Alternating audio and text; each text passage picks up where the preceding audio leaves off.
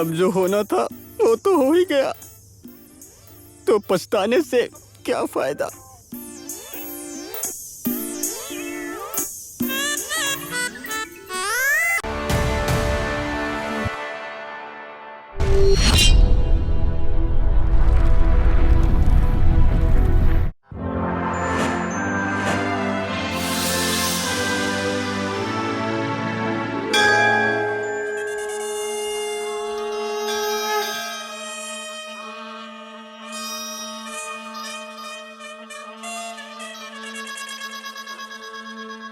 पतझड़ के पत्तों की तरह परिवर्तन के समय के साथ साथ समय भी बदलता है और मानव जाति भी बदलती है।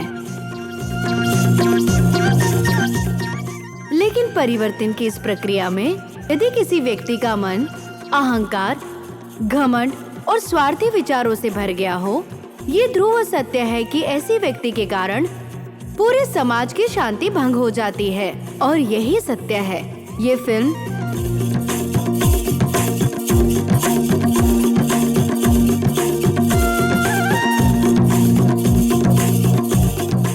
ऐसी ही परिकल्पनाओं का संघर्ष है in the days of grandfather.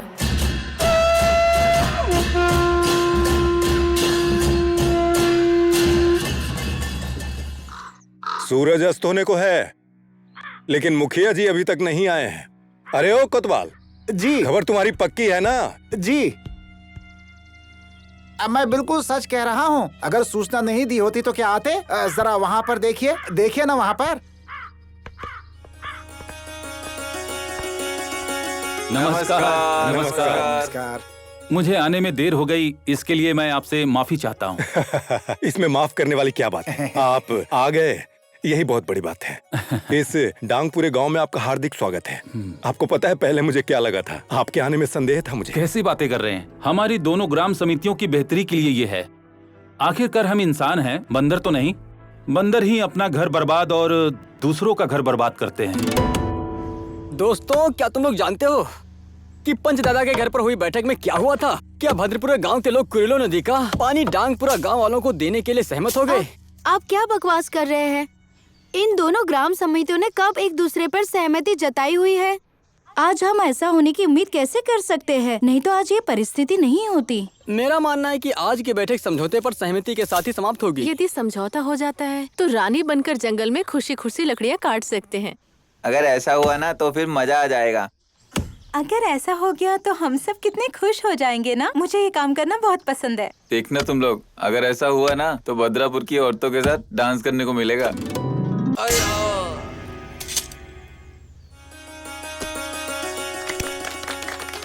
अब हमें जाने की अनुमति दीजिए। कल हम दोनों ग्राम समितियां इकट्ठे मिलेंगे, समझे? और डांगेपुर के रानी वन तथा बांदीपुर के कुरलो के वन एक दूसरे के बीच बदले जाएंगे, जिसका उपयोग हमारे दोनों गांव वाले करेंगे। हाँ बिल्कुल ठीक है, हम सबके लिए लाभदायक विचार है मुखिया जी। तो आइए आज ही हम ये तय कर लेते हैं कि कल हम किस समय बैठकर सभा करेंगे। क्यों, ठीक है ना मुखिया जी? बेहतर है कि भोजन के बाद ही सभा हो। कम से कम खा पी करके सबका पेट तो भरा रहेगा ना, क्यों? अरे कटवाल, हमारे गांव के हर परिवार के मुखिया को खबर दो, कल दोपहर के भोजन के बाद सभा में आने के लिए। वहाँ बताऊंगा। ठीक है मुखिया जी। अरे ओ कोतवाल, हमारे गांव के हर परिवार के मुखिया को खबर कर दो कि कल दोपहर के बाद यहाँ पहुँच जाएं। हम सब वहाँ बैठकर मुखिया जी के साथ विचार विमर्श करेंगे और फैसला ले लेंगे। बिल्कुल बताऊंगा मैं। वो क्या है कि मेरे प्रयासों के बिना डांगपुर गांव में पत्ता भी नहीं हिलता है।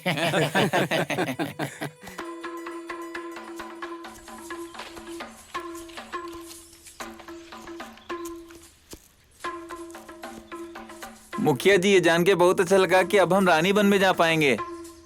हाँ हाँ बिल्कुल सही कहा। हमारे गांव के लोग ये सुनकर के बहुत खुश हो जाएंगे।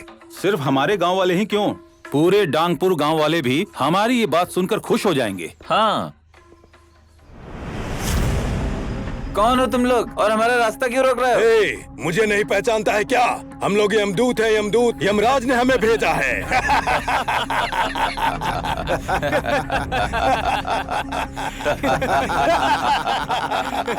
इन सबको पकड़कर यही मार दो।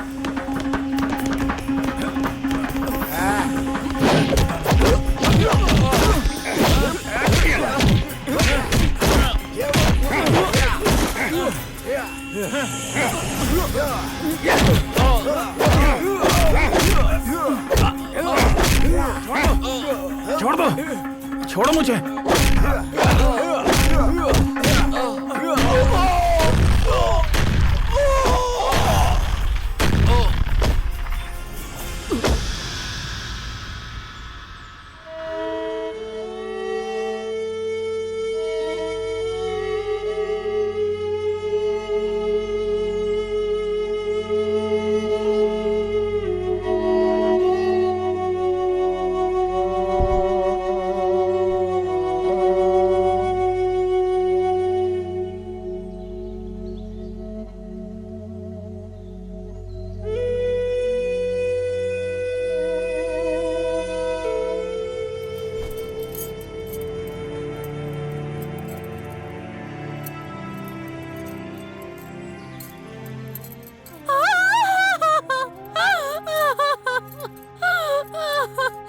सुनिए जी, सुनिए जी, अब मैं आपके बिना कैसे रहूंगी?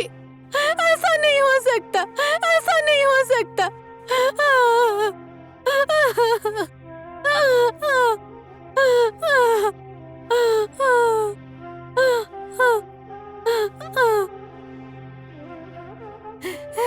स्वामी!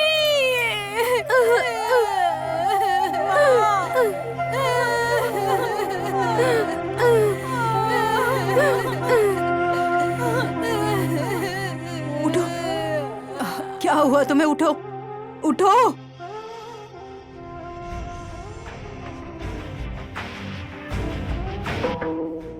अब इस औरत के भी प्राण चले गए। पता नहीं इन छोटे छोटे बच्चों का अब क्या होगा। इतनी छोटी उम्र में अनाथ हो गए। हे नारायण, आपकी लीला कितनी रहस्यमयी है। अनाथ नहीं होने दूंगी, मैं इन्हें अपने बच्चे की तरह पालूंगी। मैं इनकी देखभाल करूंगी। मैं भी इन्हें गोद लेती हूँ। सुनो गांव वालों, मेरे पति के साथ जिन परिवारों की हत्या हुई है उन सभी सदस्यों की देखभाल मैं करूंगी। हर साल भोजन और कपड़ा मैं दूंगी। और सबसे महत्वपूर्ण बात, भद्रपुर ग्रामवासियों को सूचित करना चाहती हूँ कि डांगपुर हथियारों से हम बदला जरूर लेंगे, जरूर लेंगे। आज से इस भद्रपुर पंचायत की मुखिया ये रहेंगी। तो गांव वालों, आप क्या कहते हैं? क्या आपको स्वीकार है? हाँ। हमारी नई मुखिया, हमारी नई मुखिया, हमारी नई मुखिया, हमारी नई मुखिया, मुखिया इनकी, मुखिया इनकी, मुखिया इनकी, मुखिया इनकी।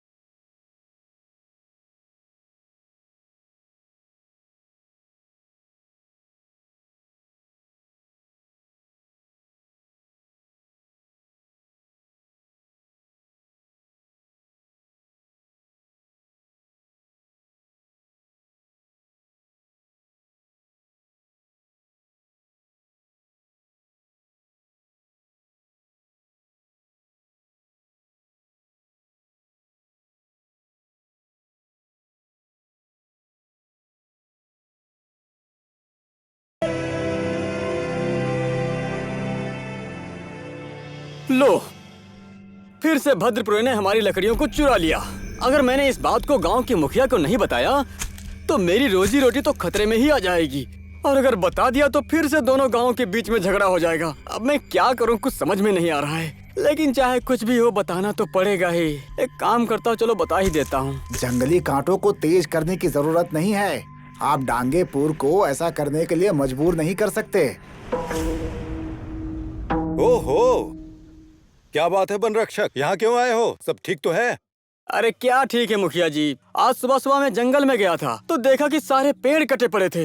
इससे पहले कि मैं आपको बता पाता, मैं आपकी बंदूक के निशाने पर आ गया। अब इससे ज्यादा मैं क्या कह सकता हूँ? मेरी तो कुछ समझ में नहीं आ रहा कि मैं क्या करूँ। हे भगवान, पेड़ को किसने काटा? कौन है जिसकी हिम्मत हो गई हमारे रानीवन में घुसने की और पेड़ काट देने की? हाँ, कौन थे वो लोग? क्या मुखिया जी, आप तो जानते ही हैं। जानने के बावजूद भी आप हमसे ही पूछ रहे हैं। अरे हमारे दुश्मन भद्रपुर के लोग ही तो हैं, और कौन है? चाय लीजिए। नमस्कार श्रीमती मुखिया जी। नमस्ते नमस्ते, लो चाय लो। अरे भगवान, जरा मेरी बात सुनो। आज रात फिर से हमारे रानीवन में लकड़ियों की चोरी हो गई है। मुझे तो बिल्कुल समझ में नहीं आ रहा, मैं इन चोरों का क्या करूं? मेरा दिमाग खराब हो गया है। बिना चश्मदीद गवाह के हम किसे दोष दे सकते हैं बताइए? जो होना था वो हो गया है। जैसा कि हम सभी जानते हैं, जो कोयला चबाता है वो खुद काला कचरा बनता है। तुम बिल्कुल 16 आना सच कह रही हो। क्यों, सही कह रहा हूँ ना? बिल्कुल सही मुखिया जी, मुझे भी ऐसा ही लगता है। क्या रे, कल रात फिर से उस दानव ने हमारा बांध तोड़ दिया और पानी अपने खेतों में ले लिया। वो भी हमारे बारे में क्या सोचकर बैठा है? वही तो मैं ये जानना चाहता हूँ कि वो लोग समझते क्या है अपने आप को। अगर आप मुझे आदेश दें तो मैं सारे गांव वालों को इकट्ठा कर लेता हूँ। नारायण नारायण नारायण। नमस्कार करता हूँ मुखिया जी, नमस्कार। अरे पंडित जी नमस्ते। नमस्कार पंडित जी। प्रणाम प्रणाम, चिरंजीवी भवा। लेकिन मुखिया जी ये बताइए, क्या खेत में पानी से सिंचाई हो रही है क्या? क्या अच्छी तरह से सिंचाई होगी। आज भी डांगपुर के शैतान वासियों ने हमारा बांध तोड़ दिया और सारा पानी अपनी जमीन में मोड़ लिया। अब जाके हमें उन्हें अच्छी तरह से सबक सिखाना होगा, नहीं तो वो हमेशा हमें परेशान करते रहेंगे। पंडित जी, भद्रपुर वासी को एक साथ होकर उस गांव वाले को सबक सिखाना ही होगा, और ये हमारे गांव के लिए बहुत ज्यादा जरूरी है। अरे नारायण। श्रीमती मुखिया जी, हमें पहले सबूत को इकट्ठा करना होगा। बार बार हम उन पर इल्जाम लगाकर डांगपुर के साथ बार बार लड़ाई नहीं कर सकते। आप समझ रही हैं ना मैं क्या कह रहा हूँ मुखिया जी? उस स्थिति में हमारा बांध तोड़ने से और कैसे लाभ हो सकता है, बताइए पंडित जी। अरे नारायण। मुखिया जी, क्या आपको लगता है कि हमें पवित्र चावल के दानों से सत्य तथ्य का पता लगाना चाहिए? आप क्या कहती हैं? मैं भी यही सोच रहा हूँ। इस बार हमें मंदिर के मुख्य पुजारी जी को यहाँ बुलाना होगा और उनकी विद्या से ये देखना होगा कौन है वो लोग। आप बिल्कुल सही कह रहे हैं। इस मामले में मैं एक काम करता हूँ कि आज ही जाकर के मैं हेड साहब को बुला करके ले आता हूँ, ठीक है? हाँ, ऐसा ही करो। और तुम वन रक्षक, हमारे सभी गांव वालों को रानी वन में बुलाओ और हम भी वहीं पर आते हैं। सबके सामने भेद खुलेगा। जी मुखिया जी, मैं बुलाता हूँ। नमस्ते नमस्ते नमस्ते नमस्ते। ठीक है, चलिए।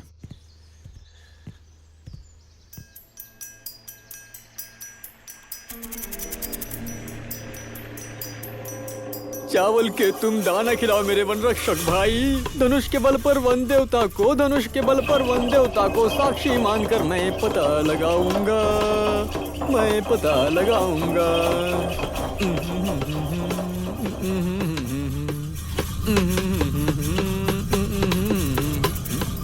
अब पता चल गया है कि जो हमारे पेड़ों को काट रहे थे वे भद्रपुर के हैं। हाँ, बिल्कुल सही कहा। लोग कहते हैं कि कुबड़ व्यक्ति भी साथ ज्ञान देता है, लेकिन इन भद्रपुर वालों को कोई समझ नहीं आ रही है।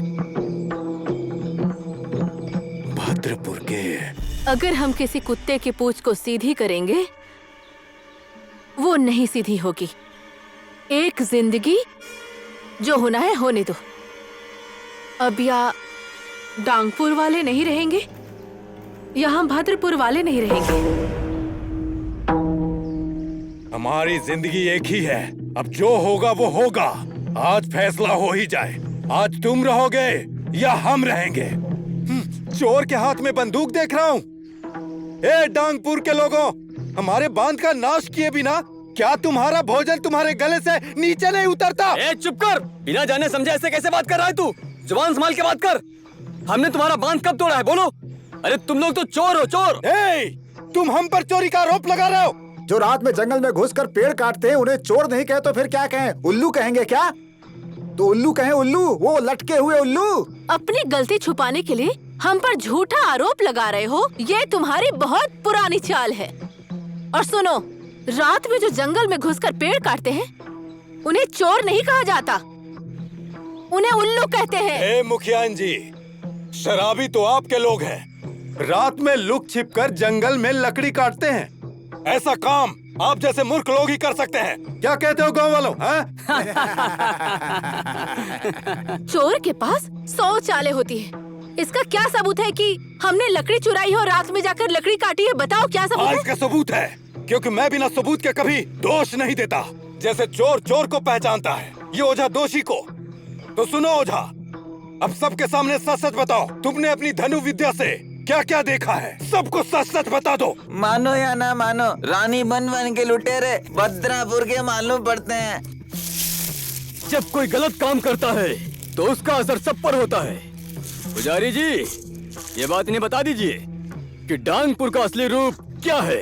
हरे नारायण, सत्य पाप है और झूठ महापाप है। मेरे पुरोहित ज्ञान की सीख और बुद्धि के अनुसार और पवित्र चावल को देखने के अनुसार मैं ये देख रहा हूँ कि इन डांगपुर के लोगों ने हमारे गांव का सिंचाई बांध तोड़ दिया है। हरे नारायण, मेरी चावल की विद्या से बढ़कर और कोई सच हो ही नहीं सकता।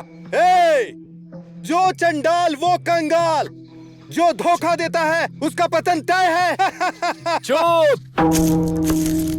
जो बादल गरजते हैं वो बादल बरसते नहीं हैं, और मैं वो चिड़िया नहीं जो अपने घोंसले में छिप कर बैठ जाऊं।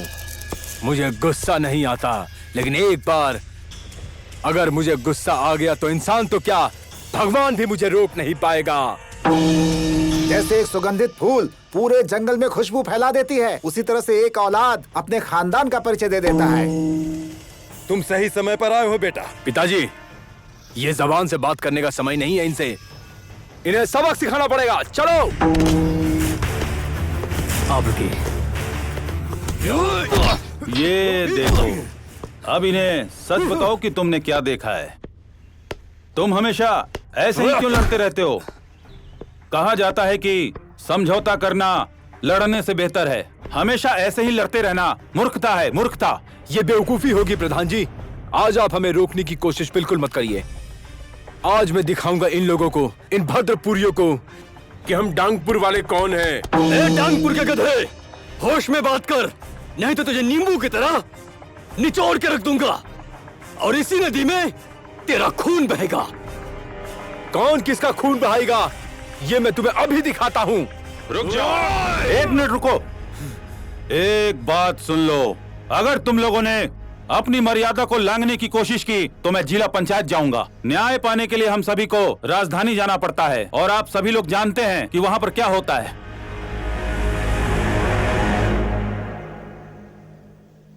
एक बात बता। जी मालिक। वो भद्रपुर की भीड़ में वो साहसी आदमी जो था, कौन है वो? क्या नाम है उसका? अरे आप उसके बारे में नहीं जानते? वो भद्रपुर की श्रीमती मुखिया का दत्तक पुत्र है। समझ गए आप? मुखिया जी का दत्तक पुत्र है। बहुत अच्छा, मुझे अच्छा लगा। बहुत बहादुर है वो। तो अपनी बेटी राधा की शादी उससे आप। चुप गधा। मेरी बेटी राधा के लिए तो एक सभ्य, मजबूत, संस्कारी और सुशील वर की तलाश है।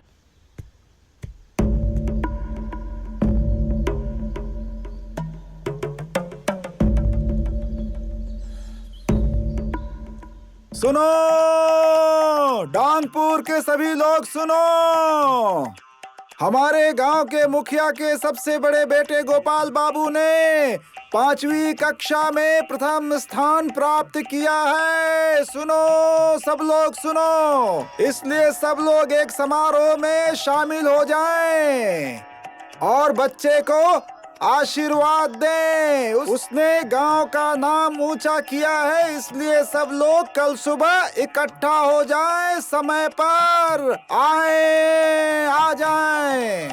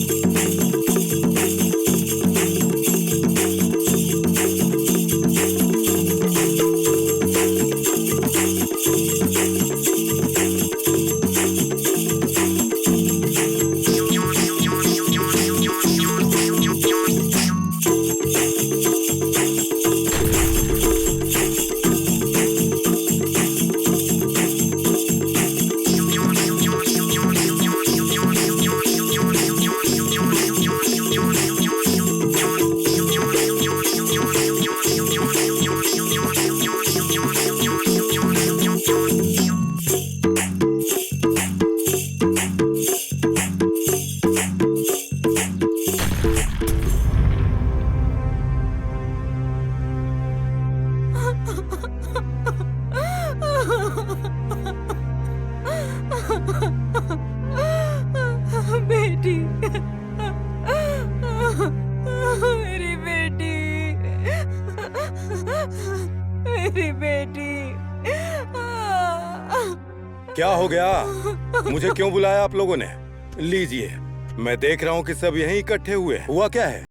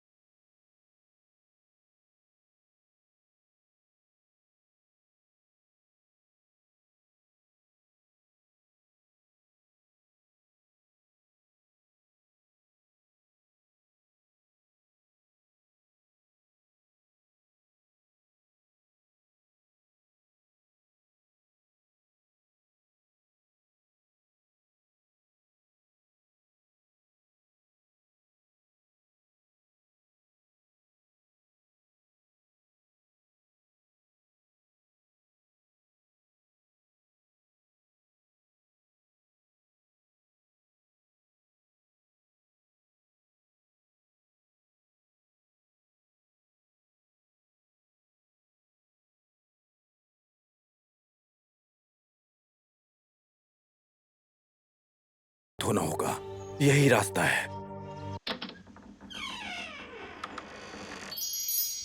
माँ, माँ, कहाँ हो तुम? क्या हुआ? इतनी जोर से क्यों बुला रही हो? मैं यहीं पर तो हूँ। क्या हुआ बताओ? पहले इधर तो आओ। क्या बात है, यही बताओ। कोई सुन लेगा। हमारी लक्ष्मी को मासिक आ गया है। क्या?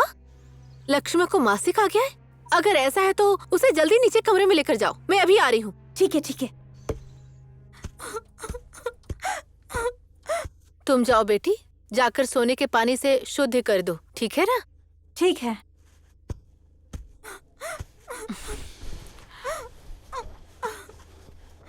बेटा, बेटा, मेरी तरफ देखो।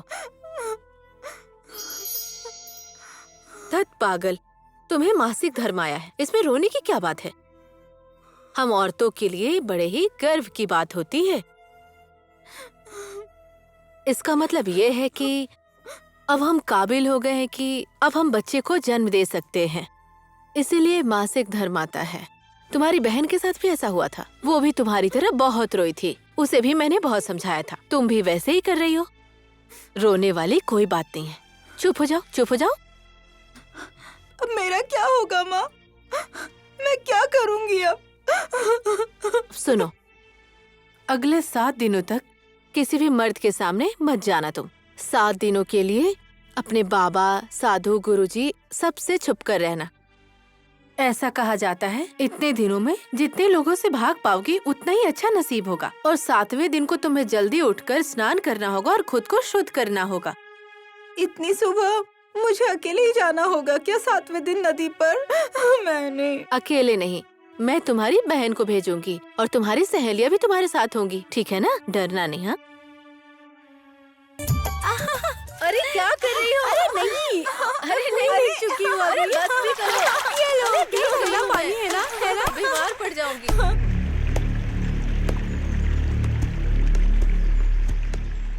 ये सब लोग कौन है?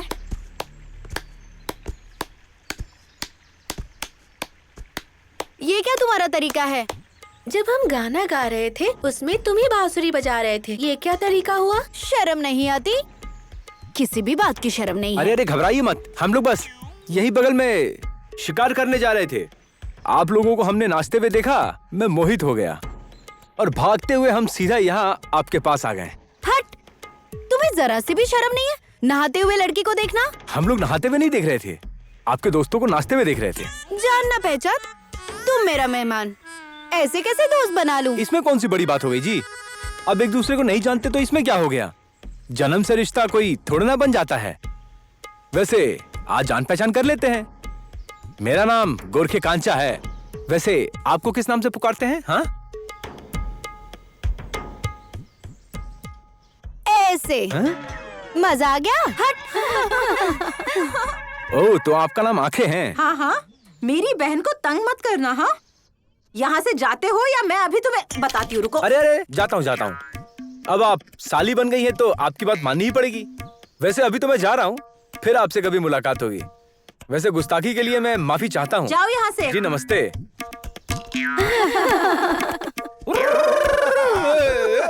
बेवकूफ, कौन था ये? बहुत नौटंकी था।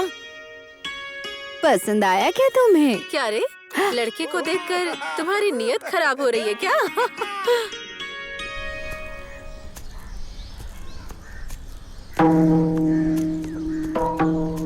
अरे मुखिया जी, इन लड़कियों को देखो, क्या ये पंचे घारती हैं? मुझे दूर से कुछ ठीक तरीके से दिखा ही नहीं पड़ रहा, क्या कह सकता हूँ। आप बिल्कुल सही कह रहे हैं। वो सब वहीं रोज मस्ती करती हैं, रोज मस्ती करती हैं। प्रणाम सरपंच जी। हाँ, खुश रहो। तो तुमने नदी किनारे आकर घर बना लिया है यहाँ रहने के लिए? हाँ सरपंच जी, पर मलेरिया की वजह से हम वहाँ रह नहीं पाए। हमारी सबसे छोटी बेटी मलेरिया से मर गई और मेरे बेटे का भी यही हाल है। मुझे जाने दीजिए। अच्छा ठीक है, अच्छे से दवाई लेना और ध्यान रखना। अरे क्या रे, तुम्हें भी मलेरिया हुआ है क्या? अरे हुजूर, मलेरिया से भी खतरनाक बीमारी हुई है मुझको। अरे ओ कोतवाल, ऐसी कौन सी बीमारी है जो मलेरिया से ज्यादा खतरनाक है? आपने बिल्कुल सही कहा है। मेरे पास तो बुद्धि ही नहीं है। हो सकता है इसे सब कुछ पता हो। नहीं, मुझे भी नहीं पता। मुझे सिर्फ इतना पता है कि अगर कोई भूखा है तो उसे पेट भर के खाना खाना चाहिए, और जब नींद आए तो सोना चाहिए। फिर चाहे रात हो या दिन हो, इसके अलावा कुछ नहीं पता मुखिया जी। अरे तो इसका मतलब तुम्हें कुछ नहीं पता है।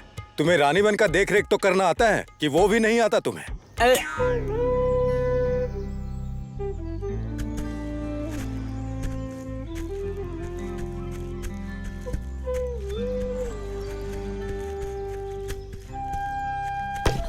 नमस्ते मुखिया जी। सरकार, हम लकड़ी ले आए हैं, उसके बदले में आप हमें अनाज दे दीजिए। क्यों नहीं, तुम लोग हमारी शरण में आए हो तो तुम्हारी मदद तो करनी ही होगी। क्या कहते हो कमालमन? आप ठीक कह रहे हैं पिताजी। तुम लोग जाओ और पूरे गांव वालों को खबर कर दो, जल्द ही अनाज खत्म होने वाला जो है। हुक्म सरकार, जो हुक्म। अरे सुनो, इन सबको अनाज देकर रवाना करो। आग जलाने के लकड़ी के लिए 200 ग्राम अनाज और लकड़ी के लिए 5 किलो। चले जाओ, ले लो। जी मालिक। चलो आओ मेरे साथ। हम पर आपकी कृपा बनाए रखिए। खुश रहो, हमेशा खुश रहो। जाओ जाओ।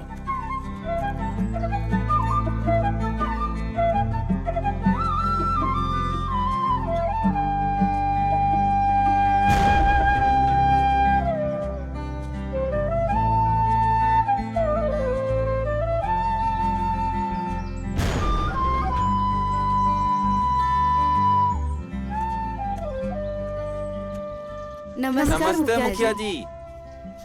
क्या बात है, तुम लोग क्या लाए हो? हमारे पास क्या हो सकता है साहब, कोदो के दाने लेकर आए हैं। हमारे पास लकड़ियां नहीं है जिन्हें जलाकर खाना बना सकें। आप हमें कुछ लकड़ियां दे दें, इसके बदले आपकी बड़ी मेहरबानी होगी साहब। तुमने बहुत अच्छा काम किया। अरे सुनो, इन लोगों से अनाज ले लो और इन्हें एक एक लकड़ी दे दो।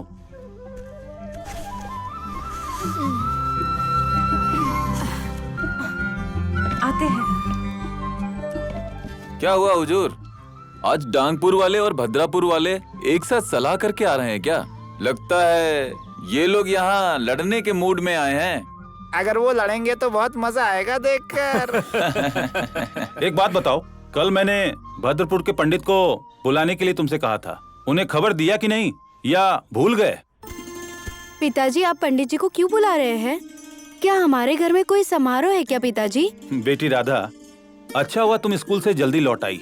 अब तुम्हारी उम्र शादी के लिए हो गई, इसीलिए मैंने तुम्हारे रिश्ते के लिए पंडित जी को बुलाया है। मुझे लगता है कि भद्रपुर के मुखिया जी के बेटे के साथ तुम्हारी जोड़ी बहुत अच्छी लगेगी बेटी। मुझे लगता है कि तुम मेरी बात से सहमत होगी। लगता है अपनी शादी के बारे में सुनकर वो शर्मा कर चली गई, है ना साहब? ये तो उसकी उम्र की वजह से है। ये हरके मेरा बेटा कहाँ मर गया है, नालायक कहीं का। मुझे तो उसकी भी शादी की चिंता है। हरे कृष्ण गोविंद हरे मुरारी, हे नाथ नारायण वासुदेव श्री कृष्ण गोविंद। माँ, हाँ मैं खेत पर जा रहा हूँ खेती बाड़ी करने। यहाँ कोई मेरा काम तो नहीं है? है ना, तुम्हें खेत जाने की क्या जरूरत है? हमने तो कामदार रख दिए हैं, तो वही करेंगे। हर बात पर उन पर निर्भर होना अच्छी बात नहीं है। हमें अपने खेत का ध्यान खुद रखना चाहिए। ठीक है, जाओ। तुमसे बहस कौन कर सकता है? कोई नहीं जीत सकता तुमसे। पर जल्दी लौट आना, ठीक है ना? ठीक है माँ। अरे कहाँ जा रहे हो? रुको तो। नारायण नारायण। सुनिए तो कृष्णा बाबू, मेरे पास आपके लिए एक बहुत ही खुशी की खबर है। नमस्ते पंडित जी। आयुष्मान भव मुखियानी जी। नमस्ते पंडित जी। चिरंजीवी भव। बहुत दिन के बाद आए हैं पंडित जी, आइए बैठिए। नारायण नारायण। सब नारायण करते हैं। क्या खुशी की खबर है पंडित जी, बताइए। कौन सी खुशी की खबर लेकर आए हो पंडित जी? जल्दी बता दीजिए, मुझे देर हो रही है। अरे सुनने के पहले आराम से बैठिए तो। बैठिए बैठिए पहले, जल्दी किस बात की है? अभी बताता हूँ। लो बैठ गया। चलो आप बताओ, क्या खबर है? देखिए, मैंने कल बेड़ापुर के पंचायत के लोगों को और प्रधान जी को घर पे बुलाया हुआ है। वो क्या है कि उनकी एकमात्र बेटी है जिसका नाम है राधा। उसका विवाह वो कृष्णा से करना चाहते हैं। दोनों की कुंडली मैच करती है और राधा बड़ी गुणवान लड़की है। अगर आपको ये प्रस्ताव स्वीकार है तो मैं इन दोनों का विवाह तुरंत ही फिक्स कर देता हूँ। अब देखिए, बाकी आपके ऊपर है। यही बताने के लिए मैं आया था। ओह प्रभु, ये तो बहुत ही अच्छी खबर है। हमें शादी के लिए हाथ मांगना पड़े उससे पहले ही रिश्ता खुद चलकर आया है। मैं बहुत खुश हूँ। और बेटा, तुम्हारा क्या विचार है इसके लिए? अरे माँ, मैं क्या कहूँ इसमें। आपको जो अच्छा लगे मुझे वही स्वीकार है।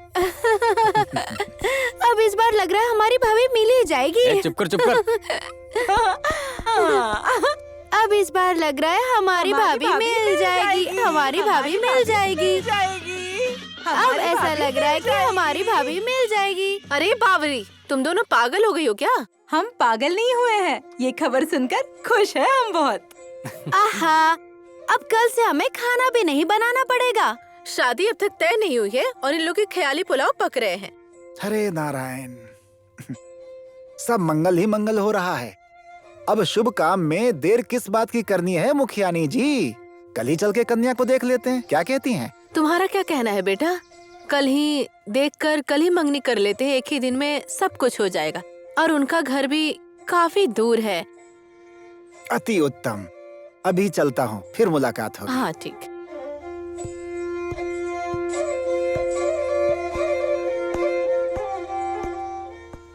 धत्तरी की भाभी कब तक आएगी बताइए ना माँ। भाभी को देखने मैं भी चलूंगी। अगर भाई की दुल्हन भाई के हाथ का बनाया दही नहीं खा पाएगी ना, तो मैं उनकी मदद कर दूंगी। पागल लड़की, तुम्हें पता है ना कल भाई की मंगनी है? नहीं, हम नहीं जानते। बेटा करण, मेहमान को प्यास लगी होगी। जाओ जाकर दूध दही छाछ लेकर आओ और देख कर आओ हमारी बेटी राधा वो क्या कर रही है। अरे राधा, जल्दी करो, तुम्हारा होने वाला पति काफी प्यासा होगा। चुप कर, फालतू बात मत कर। हमें तो यहाँ घबराहट हो रही है और तुझे मजाक सूझ रहा है यहाँ पर। मैं वहाँ नहीं जाऊंगी। अंदर से मन तो कर रहा है। बेचारा पानी से प्यासा होगा और तुम्हारी प्यारे से चेहरे को देखकर तरस रहा होगा। ज्यादा देर मत कर।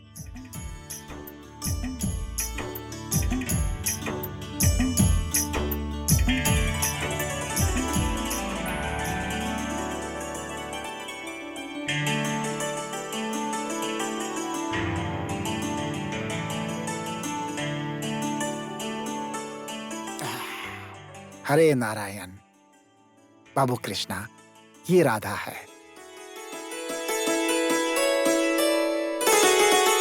मुखिया जी की इकलौती बेटी राधा। बताइए आप क्या कहते हैं, पसंद है कि नहीं? मेरे अकेले के पसंद करने से कुछ भी नहीं होगा पंडित जी। तो मेरी बेटी राधा, अब तुम भी अपना विचार प्रकट करो।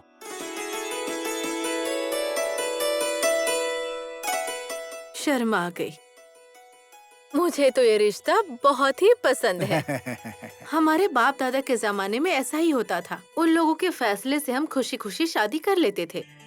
ये दोनों आपस में खुश रहें, अच्छे से रहें, हमें क्या चाहिए, वही सही होगा। आप सही कह रही हैं मुखियाइन। हमारे बाप दादा के जमाने से ही ऐसा चला रहा है। मुझे ऐसा लग रहा है कि इन दोनों को पसंद आ गए एक दूसरे।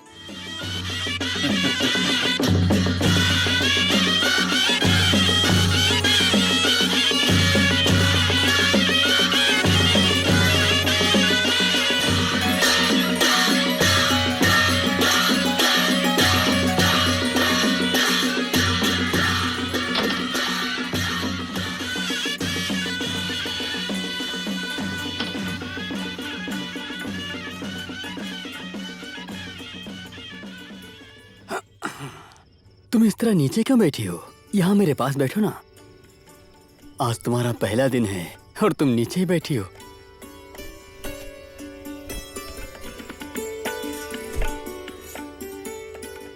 ये कुछ बोलती नहीं है, कहीं ये गूंगी तो नहीं है? अरे सगाई के दिन भी नहीं बोली थी ये। अरे तुम कुछ बोलती क्यों नहीं हो? कुछ तो बोलो ना। मेरे दोनों कान तुम्हारी मीठी आवाज सुनने के लिए कब से तरस रहे हैं। लगता है वो मुझे सुन नहीं पा रही है, शायद इसीलिए जवाब नहीं दे रही है। ये बहरी है क्या? ऐसी गूंगी बहरी के साथ मैं कैसे जिंदगी बिताऊंगा? लगता है पंडित ने मुझे फंसा दिया। अब तो मुझे इशारों वाली भाषा ही सीखनी पड़ेगी। हमारे बच्चे भी गूंगे बहरे पैदा होंगे।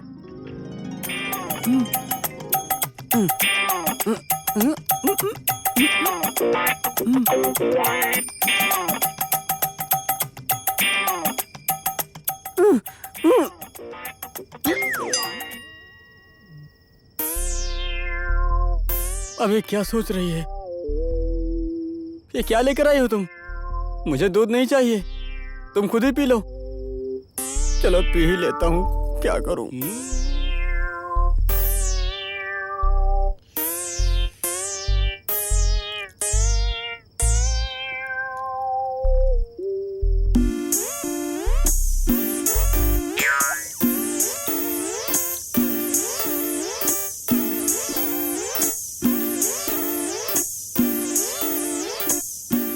अब जो होना था वो तो हो ही गया, तो पछताने से क्या फायदा।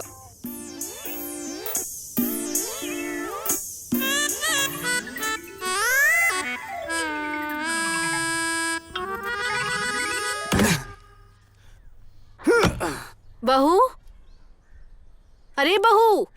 तुम्हारी बहू तो गूंगी बहरी है। बुलाती रहो बुलाती रहो, ये लकड़ी बोल देगी कुल्हाड़ी से काटते समय, लेकिन तुम्हारी बहू बोल ही नहीं पाएगी।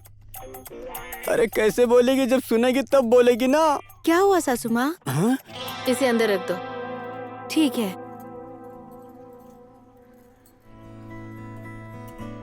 अरे तो बोलती भी है।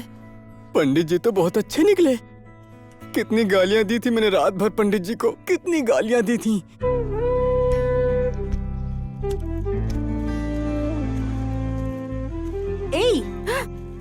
ए, तुम्हें क्या हुआ? अकेली क्यों बैठी हो? पास हुई कि नहीं तुम? धत तेरी की, मैं कैसे पास होंगी? उस दिन नदी किनारे वो मस्तीखोर दोस्त झगड़ने के बाद मेरा मन तो तब से किताबों में बिल्कुल नहीं लगता। मेरे सपनों में वही चिढ़ाता था। उसने मुझे हैरान परेशान कर दिया। जब मुझे लगता है कि मुझे अभी पढ़ना है तो बस उसी का चेहरा नजर आता है। ए सुनो, कहीं उसने मुझ पर जादू टोना तो नहीं किया? अरे लक्ष्मी, एक ही नजर भर में कोई किसी पर जादू टोना कैसे कर सकता है? अगर ऐसी बात है तो मेरे साथ ऐसा क्यों हो रहा है? अगर ये जादू टोना नहीं है तो क्या है? ये तो मुझे कुछ अलग लग रहा है। पर क्या है? बोलना गुंची। प्यार है, प्यार है। तुम्हें उससे प्यार हो गया है। प्यार में पड़ गई हो तुम। प्यार में पड़ गई हूँ? धत तेरी, मुझे ऐसा बिल्कुल नहीं लगता। तुम क्या सोच रही हो? अरे बुद्धू, तुम्हें नहीं पता? आसान है, शादी कर लो। छे, तुम कैसी बात कर रही हो? सच ही तो कह रही हूँ। सच कहूँ तो मुझे डर लग रहा है कि मैं एग्जाम में फेल ना हो जाऊँ। यही तो कारण है, तुम फेल हो गई हो तुम्हारे उस मस्तीखोर दोस्त की वजह से। धत तेरी, तुम तो सब कुछ जानती हो ना।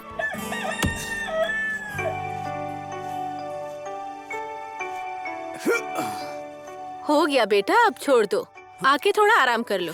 कब तक काटते रहोगे? करने दीजिए सासू माँ। अगर काम नहीं करेंगे तो खाना कैसे पचेगा? बात तो तुम सही बोल रही हो। तुम्हारे खाने को बिना काम के पचाया नहीं जा सकता। अगर ऐसी बात है तो तुम खुद ही खाना बनाया करो। बस हो गया बहू रानी, इससे झगड़े में बहस में कोई नहीं जीत सकता। माँ, आपको पता है दीदी एग्जाम में पास हो गई है। और तुम्हारा क्या हुआ? पास हुई या नहीं?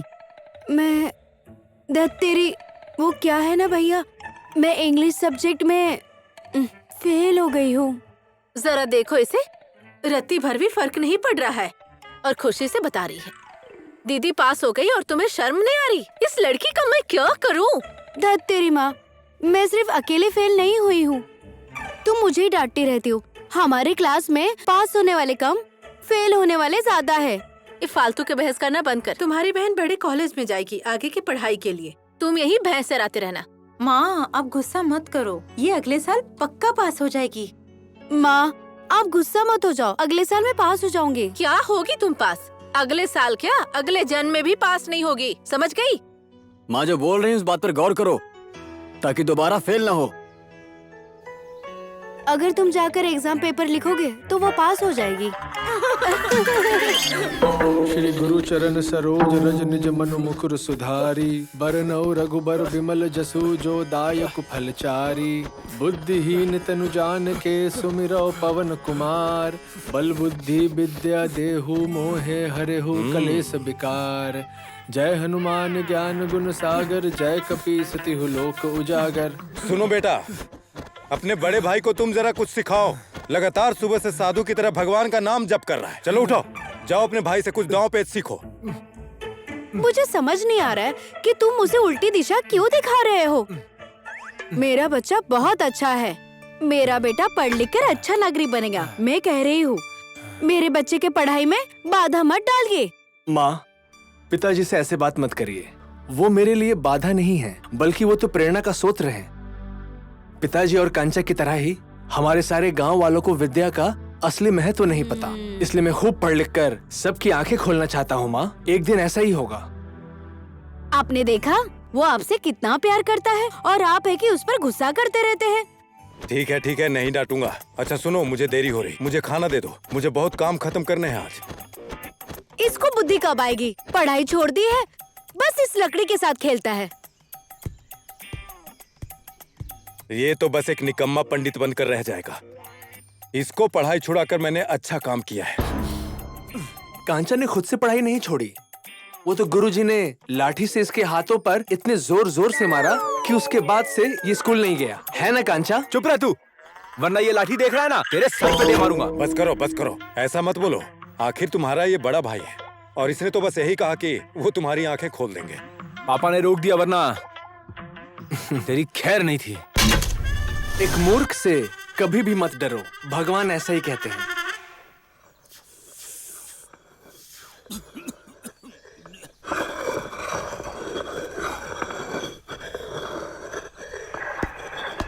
भाई जी नमस्कार। नमस्कार। भाऊ जी नमस्कार। नमस्ते।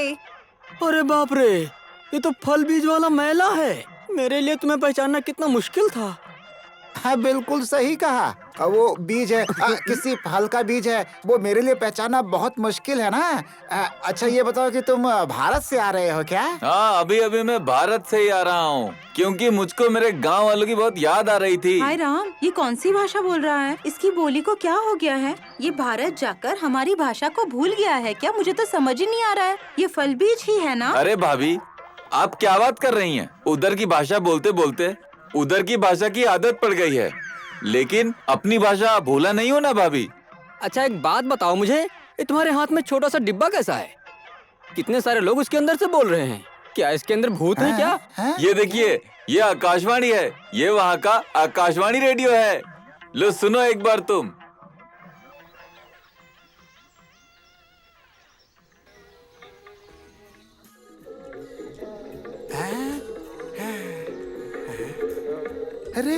अरे ये तो बिल्कुल सही कह रहा है। इसमें से तो कोई बोल रहा है। इसके अंदर लगता है कोई आदमी रहता है जो बोलता है।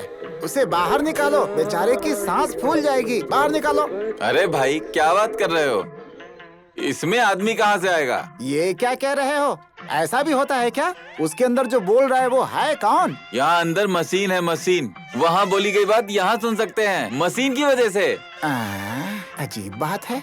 अरे क्या बोल रहा है? इसने तो मुझे चौंका ही दिया। इसमें चौंकने वाली क्या बात है? मेरे साथ भारत आओ, वहाँ तुम्हें एक से एक चीजें मिलेंगी। अरे क्या खड़ा खड़ा बकवास कर रहा है तू? हम लोग को बेवकूफ समझता है क्या? अरे उल्लू के पट्टे, हम तुम्हारे साथ इंडिया चले जाएंगे तो यहाँ जंगलों को कौन देखेगा? क्या नाम है, बातों बातों में ही भूल गया। सिगरेट जलाने के लिए कुछ है क्या? अरे जाओ ना, जल्दी ले करके आओ जल्दी तुम से। करो, मैं अभी आई। अरे क्या कर रही हो? आओ।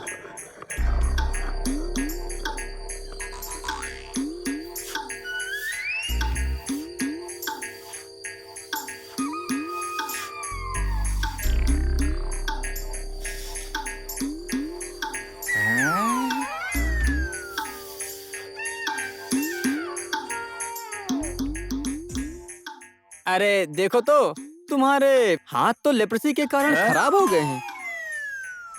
अरे भाई क्या बताऊं मैं, आपको पता है साबुन की फैक्ट्री में काम करते करते ये हो गया मुझे। वहाँ साबुन की फैक्ट्री में तेजाब लग गया मेरे हाथ में, इसलिए ऐसा दिख रहा है।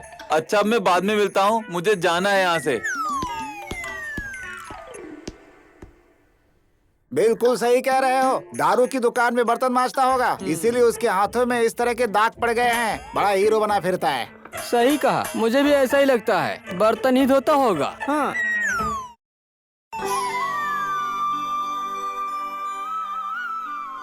श्री कृष्ण गोविंद हरे मुरारी, हे नाथ नारायण वासुदेवा।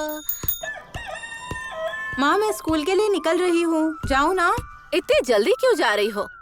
खाने के लिए कुछ लिया है और नाश्ता भी नहीं किया है, क्यों जा रही हो? भाभी ने रोटी और अचार दिया है मुझे। अच्छा ऐसा है, तो ये लो प्रसाद ले लो। खूब मन लगा कर पढ़ना। अगर नई जगह हो तो अपना ध्यान रखना, ठीक है बेटा? सुनो माँ, मुझे भी एक टीका लगा दो ना। अगर तू इस साल भी पास नहीं हुई ना, तो मैं एक अच्छा सा लड़का ढूंढकर तुम्हारी शादी करवा दूंगी, समझ गई? शादी नहीं होने वाली इतनी जल्दी। बहू रानी, यहाँ और टीका लगा दूं। चलो मॉम, मैं निकल रही हूँ, मुझे देर हो रही है। माँ जाती हूँ। ठीक। आज लग रहा है हम बहुत सारी मछलियाँ पकड़ेंगे। बहुत सारी मछलियाँ। पता है मेरे दोस्त, मुझे लगता है आज मुझे बहुत सारी मछलियाँ मिलेंगी। मछली दोस्त, आ गई मछली। देखो वहाँ कौन है? ये तो सिर्फ मछली नहीं है, ये तो मादा मछली है। चलो आज इसे तलकर खाते हैं। चलो, अरे संभल के। ओहो, ये तुम क्या कर रही हो? क्या तुम हमारे लिए कुछ नहीं करोगी? ये क्या बकवास है? मेरा रास्ता छोड़ो, चलो बाजू हटो। बकवास इधर नहीं, छोड़ो थोड़ा मुझे। उस तरफ जाकर करते हैं। चलो ले चलो, छोड़ो मुझे, ले चलो छोड़ो इसे। मुझे। हाँ, मुझे बचाओ, कोई बचाओ। हम तुम्हें पूरा खाएंगे नहीं मादा मछली, बस थोड़ा चखेंगे। अरे चिल्लाना बंद कर। ये क्या कर रहे हो तुम लोग? छोड़ दो उस लड़की को। क्या कोई जाल में फंसी मछली को ऐसे ही छोड़ देगा क्या? क्या बोलते हो? नहीं नहीं, नहीं छोड़ सकते इसको। उल्टा हम इसका माथा फोड़ देते हैं। तुम इसे पकड़ कर रखो, मैं इसका माथा फोड़ के आता हूँ। जाओ, मैं देखता हूँ।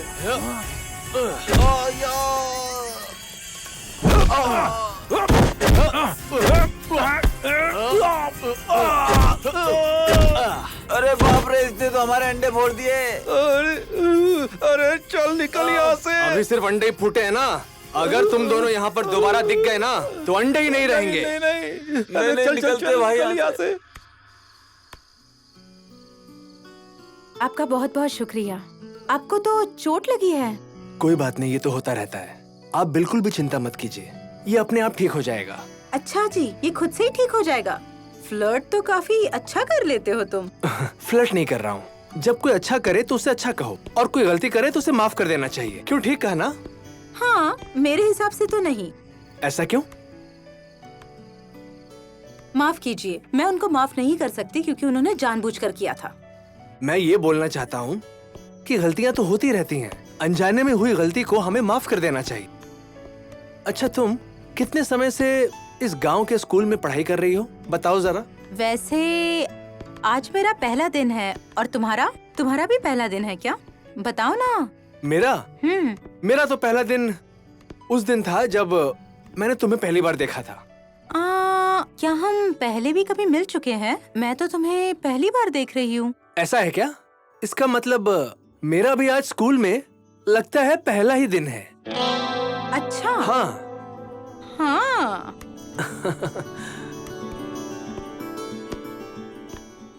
अरे यार, हम लोग स्कूल पहुंच गए हैं और मास्टर जी अभी तक नहीं आए। पता नहीं क्यों इतनी देर हो गई मास्टर जी को। अरे चलो चलो, हाँ घंटी बज गई। चलो चलो चलते हैं स्कूल। जल्दी करो, आ जाओ। भीड़ मत लगाओ।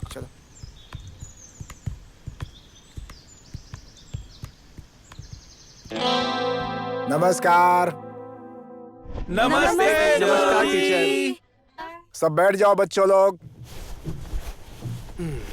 मेरा नाम रमेश कुमार है। मैं हिंदी सब्जेक्ट का टीचर हूँ।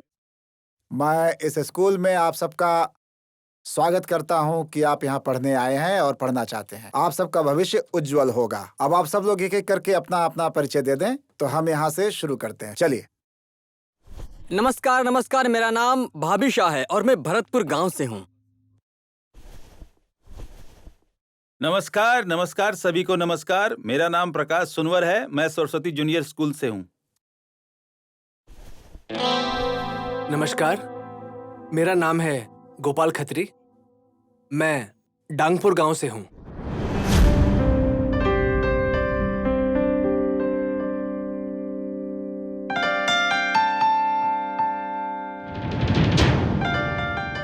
मैं डांगपुर के विद्यालय में 5वीं कक्षा में प्रथम आया था।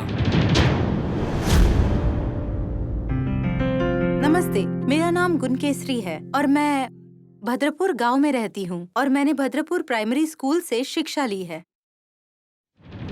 ओहो, ये तो भद्रपुर की लड़की है। दगाबाज दांगपुरे वाले।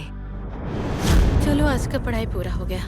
हाँ, मैं तो डर गई थी कि मैं लेट ना हो जाऊँ, पर आज से बहुत अच्छा, अच्छा लगा आ गया भाई आज तो। हाँ, सही बात है। इसे उठा लो। हाँ, शाम को मुझे भी जाना है। मजा आ गया। रुको रुको, मैं भी चल रहा हूँ। ठीक है, तुम मेरा इंतजार करना, हम साथ में चलेंगे। गुनकेसरी, मेरा नाम गोपाल खत्री है। मैं डांगपुर गांव से हूँ। मुझे मिलना भी था तो यही आदमी जो उसी गांव से है। मुझे तो कुछ समझ नहीं आ रहा, पता नहीं क्या। पहले तो उस बेवकूफ ने तुम्हें बचा लिया, अब तुम्हें कौन बचाएगा? माधव मछली। क्या बात है, क्या बात है। आज हम इस मछली को भून कर खाएंगे। अरे सुनो, अरे कहाँ जा रहे हैं? क्या पकड़ उसको।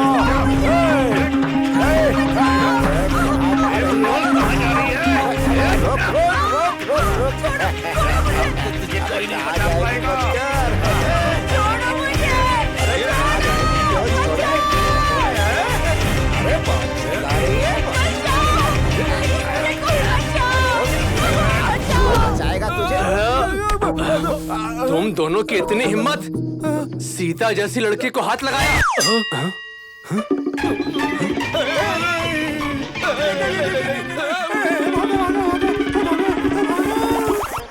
धन्यवाद। अगर मौका मिला तो मैं इस उपकार को किसी तरह चुका दूंगी। मुझे कुछ भी नहीं चाहिए आपसे, ये तो मेरा कर्तव्य था। क्या डांगपुरे के गांव वालों को मानवता धर्म पता है? हमें सब कुछ पता है। हाँ। अरे क्या जानती हो तुम? हाँ, क्या जानती हो तुम कि डांगपुर के लोग खूनी हैं? उन लोगों ने खून किया है। तुम्हें जो भी पता है ना, उसे अपने पास में रखो।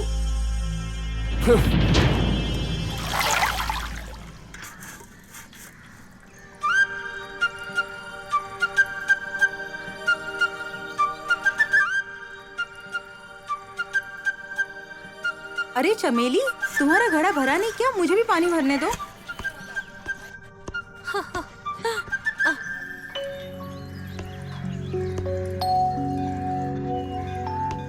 जरा देखो, ये वही मस्तीखोर लड़का है ना?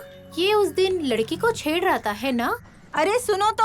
हाँ, मुझे बुला रही हो तुम? जरा यहाँ तो आना। पता नहीं, मैं तो इस लड़की को जानता भी नहीं हूँ। मुझे क्यों बुला रही है?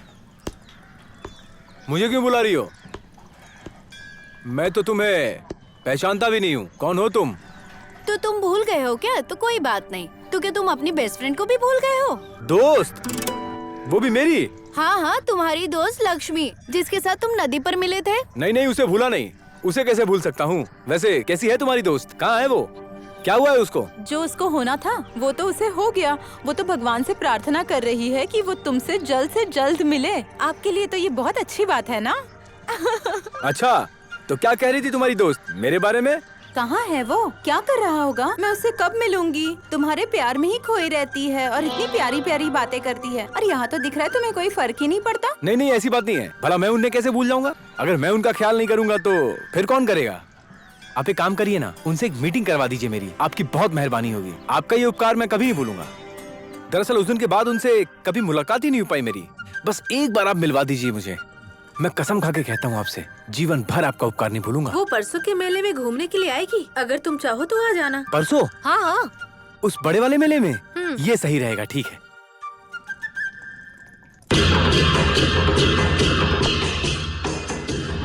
धत तेरे की, मैं उससे मिलूंगी तो क्या कहूँगी? तू बता, मुझे तो शर्म आएगी। तुम दोनों के पास कितने पैसे, जल्दी बताओ। देखो उसका दोस्त आ गया और वो भी आ रहा है।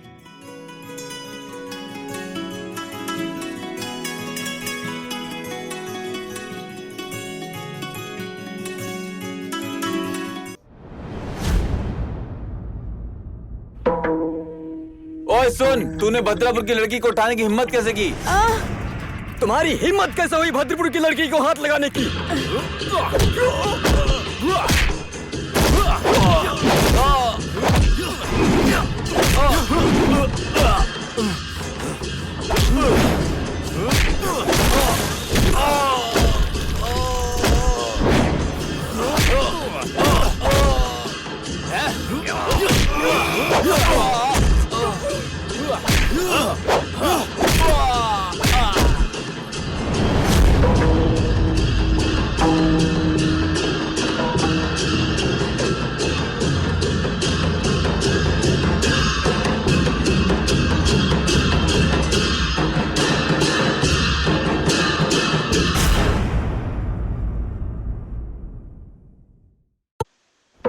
पापा, ए माँ, मुझे छोड़ दो। माँ, छोड़ दो मुझे। बाहर आओ दोनों। मुझे कहाँ लेके आए हो? मुझे छोड़ बाहर दो। आइए और देखिए कि मेले से मैं क्या लेकर आया हूँ आप दोनों के लिए। भगवान का प्रसाद लाया हूँ। मुझे छोड़ दो। क्या हुआ? ये किसकी बेटी है? मुझे छोड़ दो। बेटा, तुमने ये क्या किया? कौन है ये लड़की? छोड़ दो। मेरी गर्लफ्रेंड है और आप दोनों की होने वाली बहू है माँ। हे भगवान, मत रो बेटा, मत रो। जो होना था वो हो गया, अब रोना मत। कितनी घबरा गई है वो। तुमने क्या किया? हमारे गांव के रीति रिवाज ऐसे ही है बेटी, हम इसी तरह बहू लाते हैं। तुम बहुत घबरा गई हो बेटा। कहाँ से आई हो? बताओ, तुम्हारा घर कहाँ है? भद्रपुर। भद्रपुर? किसकी बेटी हो तुम? भद्रपुर के मुखिया की बेटी हूँ मैं। अरे उल्लू के पट्टे, तुम्हें पता है किसकी बेटी को उठा कर लाए हो तुम? वो भद्रपुर वाले पहले से ही हम पर आग बबूला होकर बैठे हैं और अब तुमने आग में घी डालने का काम किया है। नालायक! अगर तुम मेरी बात को मानोगे, अपने परिवार की भलाई चाहते हो और पूरे गांव की भलाई चाहते हो तो इसे उसी रास्ते से वापस पहुंचा कर आओ जिस रास्ते से लेकर आए हो। तुम्हें पता भी है इस लड़की के चक्कर में कितनी लड़ाई हो सकती है। ए जी, आप ये कैसी बातें कर रहे हैं? तुम अपना मुंह बंद रखो। मैं जो कर रहा हूँ वही सही है। अगर भद्रपुर में ये खबर पहुंच गई तो कितना बड़ा अनर्थ हो जाएगा पता है तुम्हें? चलो बेटी, मेरे साथ चलो, मैं तुम्हें घर छोड़कर आता हूँ। रुकिए अंकल, मैं अब नहीं जा सकती। अपने समाज में नजर नहीं मिला सकती। अगर मैं यहाँ से चली गई तो मेरे घर वाले किसी को भी मुंह दिखाने लायक नहीं रहेंगे। वैसे भी वो मुझे वहाँ नहीं रहने देंगे, नहीं रहने देंगे। अगर ऐसी बात है तो क्या तुम मेरे बेटे की पत्नी बनने के लिए तैयार हो? हाँ। तो ठीक है, अब जो भी होगा तुम्हारी मर्जी से होगा। अब तुम्हें कोई कुछ नहीं कहेगा क्योंकि तुम मेरी बहू बनोगी। आज तुम दोनों की शादी मैं अपने गांव के मंदिर में करवा दूंगा। क्या रे, तू डांगपुर लड़ने के लिए गया था? वो डांगपुर का कौन सा लड़का है जिसने मेरी बहन को भगाया है? मैं उसे जिंदा नहीं छोड़ूंगा। कृष्णा बाबू वो डांगपुर से आए थे, इतना ही पता है, और कुछ नहीं जानते हमें हम। डांगपुर जाना होगा उसको पकड़ने के लिए। हम लोगों ने उसे रोकने की बहुत कोशिश की, लेकिन उसने सबकी पिटाई कर दी हुजूर। कृष्णा, जाओ बेटा बंदूक लेकर आओ। आज मैं डांगपुर के साथ अंतिम भेंट करूंगी।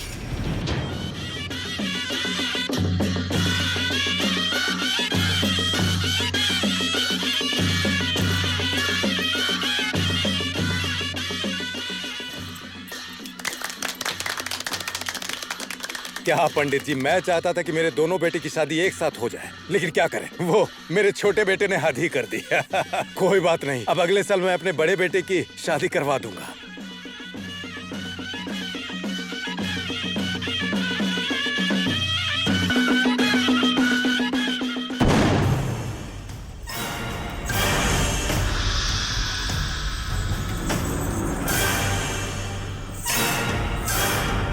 कमीने, मेरी बहन को भगाकर जबरदस्ती शादी कर ली तूने। समझता क्या खुद को? तुझे पता नहीं कि वो मेरी बहन है? इस तरह तमाशा करके कोई फायदा नहीं होगा। इन दोनों ने शादी अपनी मर्जी से की है। इस शादी को किसी ने जबरदस्ती नहीं करवाया। तुम्हारी बहन की इच्छा से ये शादी हुई है।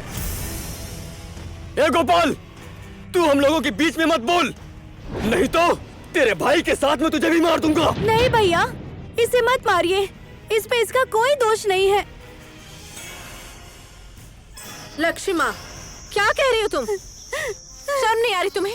मुझे माफ करना माँ, मेरे पति परमेश्वर के जो भी रिवाज है मैं उसे छोड़ के नहीं आ सकती। माँ, ये शादी मेरी मर्जी से हुई है। अगर तुम मुझे खुश देखना चाहती हो माँ, तो मेरा घर बर्बाद मत करो माँ। तुम यहाँ से चली जाओ माँ। जब अपने ही सिक्के में खोट हो ना, तो दुश्मनों को क्या कह सकती हूँ? अब से हमारे लिए मर गई है तू, हमारे लिए। अब तू जिंदा नहीं है, मर गई है। बाबू चलो यहाँ से।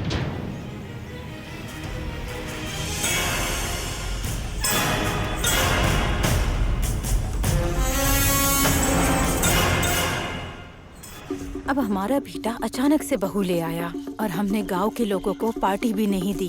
ये सही नहीं लग रहा है मुझे। मुझे लगता है हमें सबको न्योता देना चाहिए, सबको बताना चाहिए। तुमने तो मेरे मुंह की बात छीन ली भगवान, मैं भी यही कहने वाला था। हाँ हाँ, आप तो यही कहने वाले थे। मुखिया जी, क्या हुआ कोतवा? वो कलंगा गांव के थानेदार जो है ना, वो इसी तरफ आ रहे हैं। यहाँ पुलिस क्यों आ रही है? क्या मालूम, लेकिन वो लोग यहीं गांव की तरफ ही तेजी से चले आ रहे हैं। भद्रपुर के लोगों ने कंप्लेन किया है। आप एक काम करिए कि गोरखा और कांचा को जल्दी से यहाँ से भाग जाने के लिए कह दीजिए। हाँ, एकदम सही कहा तुमने। आखिर कहाँ है वो? मैं पूछ रहा हूँ कि आखिर वो गया कहाँ? कहाँ भागूंगा मैं? क्या हुआ कोतवाल? तुमने बहुत अच्छा काम किया, इसलिए तुम्हारी इस गलती के कारण खलंगा की पुलिस तुम्हें पकड़ने आ रही है। हे भगवान, ये मैं क्या सुन रही हूँ? पुलिस क्यों आ रही है? फालतू बकवास का वक्त नहीं है, मेरी बात सुन। जाकर पीछे कहीं छुप जा। और बेटी तुम भी जाओ अंदर, अंदर जाओ। अंदर जाकर कहीं भी छुप जाओ। दोनों जल्दी जाओ।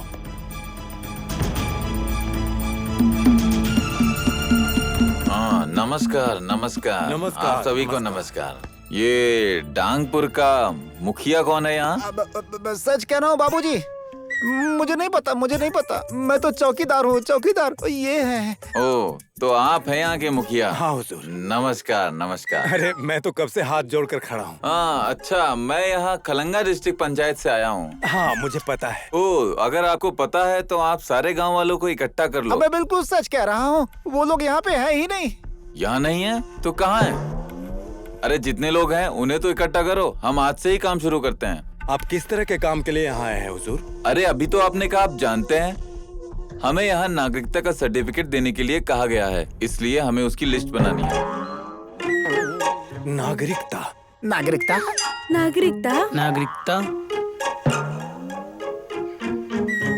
अरे हम तो कुछ और ही सोचे बैठे थे। नागरिकता मतलब नागरिकता। सुनिए, हमारे सरकार ने इस देश के सभी नागरिक को नागरिकता प्रदान करने का निर्णय लिया है। इसीलिए हम इस डांगपुर गांव में आए हैं ताकि हम आप सभी का नाम इकट्ठा कर सकें। तो मुखिया जी, आप सभी गांव वालों को बुला लीजिए।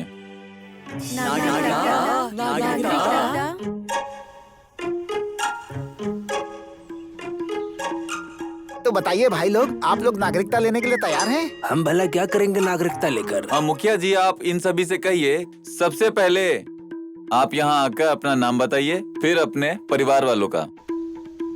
सुनिए, आप लोगों को बिल्कुल घबराने की जरूरत नहीं। ये जो सरकारी बाबू है ना, हमारे नागरिकता का कागज बनाने के लिए आए हैं। मैंने तो पहले से ही अनुमान लगा लिया था कि ये लोग कुछ न कुछ अच्छे काम के लिए ही हमारे गांव में आए हैं। मुखिया जी, ये नागरिकता का मतलब क्या होता है? क्या हम सब लोगों को आप बता सकते हैं क्या इसका मतलब? नागरिकता मतलब कि हाँ, ये नागरिकता के बारे में मैं आपको बताता हूँ। हाँ, गोपाल बाबू बिल्कुल सही बताएंगे। आप लोगों को नागरिकता मिलने के बाद इस देश के नागरिक कहलाएंगे और साथ में कागज भी मिलेगा जिस पे आपके पिताजी का नाम, आपके दादाजी का नाम, पूरे परिवार का नाम रहेगा, आपकी जन्म तिथि और पूरा पता भी लिखा रहेगा। जिनके पिताजी और दादाजी गुजर गए हैं उनका नाम लिखकर क्या करेंगे? क्या आप लोग जानते हैं, इसमें आप लोगों के घर की जानकारी होगी और बाप दादा का नाम भी होगा। तो सबसे पहले अपना नाम लिखवाइए इसमें। आइए। सुन बेटा, हमारे गांव में अतिथि बनकर सरकारी बाबू आए हैं, तो इनके स्वागत की तैयारी करो। आप बिल्कुल चिंता मत करिए, सरकारी बाबू के लिए हम डांगपुरी डांस से उनका स्वागत करेंगे। मत रो बेटा, मत रो। जैसे तैसे करके किसी न किसी दिन तुम्हारी शादी हो ही जाएगी। ऐसे रो के क्या होगा? रो मत, मत रो बेटा, मत रो। कितना रोओगे बेटा? मत रो ऐसे। ए बेवकूफ कहीं का, क्या कह रहा है ये? दिमाग खराब कर दिया है मेरा। अरे शादी तो इसकी पहले ही हो चुकी है। तुम्हारी बहन के मरने के बाद तुम्हारी माँ ने कितने दुख सहे पता है? जब तुम सयाने हुए तो तुम्हारे लिए एक अच्छी लड़की ढूंढी थी मैंने गांव से जाकर, लेकिन ये उसको संभाल ही नहीं पाता, फिर से शादी करेगा। मुझे लगता है ये शर्मा रहा है। सुनो, मैं पंडित जी को बुलाने जा रहा हूँ। तुम जल्दी से जल्दी इसकी दूसरी शादी की तैयारी करो। घर में बीवी बैठी हुई है, दूसरी शादी करनी है इनको। बहू, जरा बाहर आओ और अपने पति का ख्याल रखो।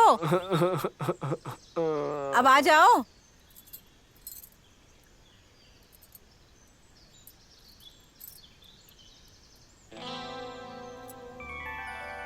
मैं तो बेकार में रो रहा था। मेरे पिताजी ने इतनी अच्छी बीवी ढूंढी है मेरे लिए। बहुत मुश्किल से उन्हें ऐसी अच्छी लड़की मिली होगी। मेरे पिताजी तो महान हैं। मुझे उनका शुक्रिया अदा करना चाहिए। मुझे बहुत शर्म आ रही है। अब मेरी बारी आई है। बताओ किस गोटी को मारूं मैं? किसी भी गोटी पे मार दो यार। अच्छा, उसे मारना है क्या? अरे वाह, कितनी खूबसूरत है ये, बिल्कुल चांद की तरह। ये है कौन आखिर? मैंने पहले तो नहीं देखा। तुम जानते हो क्या? अरे मैं इसे नहीं जानता हूँ, शायद कोई यहाँ नहीं है। ये मेरी बीवी है। पिताजी हिमदा से लेकर आए हैं। अपने गांव की नहीं है, इसलिए तुम लोग पहचान नहीं पाए। अगर ऐसा है, देख, हम दोनों अच्छे दोस्त हैं ना, हम लोग भाई भाई हैं ना। बोलना बोलना। अरे गोरे, ऐसा है तो तू बेस्ट फ्रेंड क्यों नहीं बन जाता? उसका साया बन के पीछे पीछे घूमते रहना। मैं कैसे बन जाऊंगा? तुमने देखा नहीं, मैं क्या उसके साथ कहीं घास निकालता घूमूंगा क्या? हाँ, जिस तरीके से तू बोल रहा है समझ तो मैं भी गया हूँ, लेकिन गोरे, जब तू शादी करेगा ना, उसके बाद तुझे पता चलेगा। अभी तुझे कुछ पता नहीं है।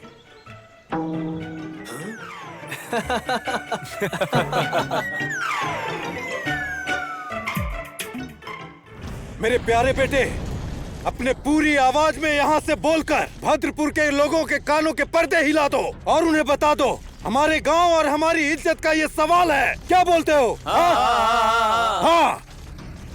सुनो भद्रपुर वालों, हम डांगपुर वाले, तुम्हारे गांव में कोरोना, मलेरिया, हर तरह की बीमारी तुम्हारे गांव में फैले, मैं ये सारी बीमारी इस अग्नि के साथ तुम्हारे गांव में फेंकता हूँ। नारायण नारायण। कृष्णा बाबू, ये दानपुर के सारे लोग हमारे लिए बहुत समस्या पैदा कर रहे हैं। हे डांगपुर वालों, लो सुनो, हम भद्रपुर वाले दुख कष्ट और महामारी हर्पीस कालरा तुम्हारी तरफ भेज रहे हैं डांगपुर वालों।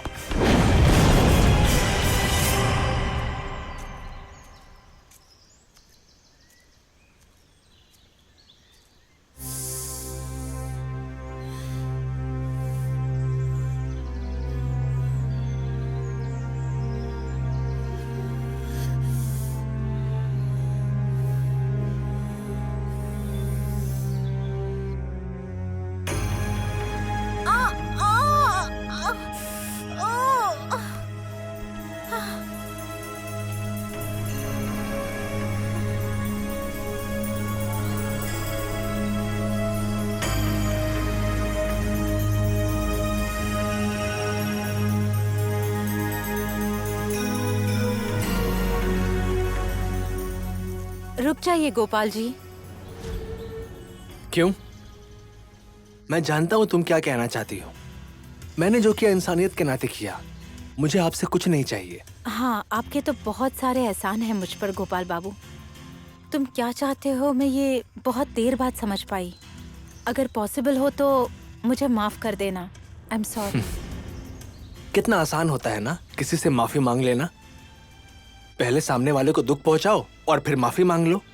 कितना आसान है ना? क्या तुम भूल गए तुमने मुझसे क्या कहा था? अगर अनजाने में किसी से कोई गलती हो तो माफी मांग लेनी चाहिए। और मैंने तुम्हें जानबूझकर हर्ट नहीं किया और मेरा ऐसा कोई भी इंटेंशन नहीं था। ओके, मैंने अपने कान पकड़ लिए। अब क्या मैं उठक बैठक करूं? चलो ठीक है, मैंने तुम्हें माफ किया, लेकिन तुम्हें मेरी एक शर्त माननी होगी। तुम्हें मुझसे एक प्रॉमिस करना होगा। कैसा प्रॉमिस? बोलो ना। वैसे आज मैं तुम्हें प्रॉमिस कर सकती हूँ जो भी तुम चाहो। पक्का ना? अरे पक्का बोल दिया ना। तो तुम मुझसे वादा करो कि तुम मुझे अपने दिल में जगह दोगी। अय्या, तुमने ये क्या कह दिया? मुझे तो बहुत शर्म आ रही है।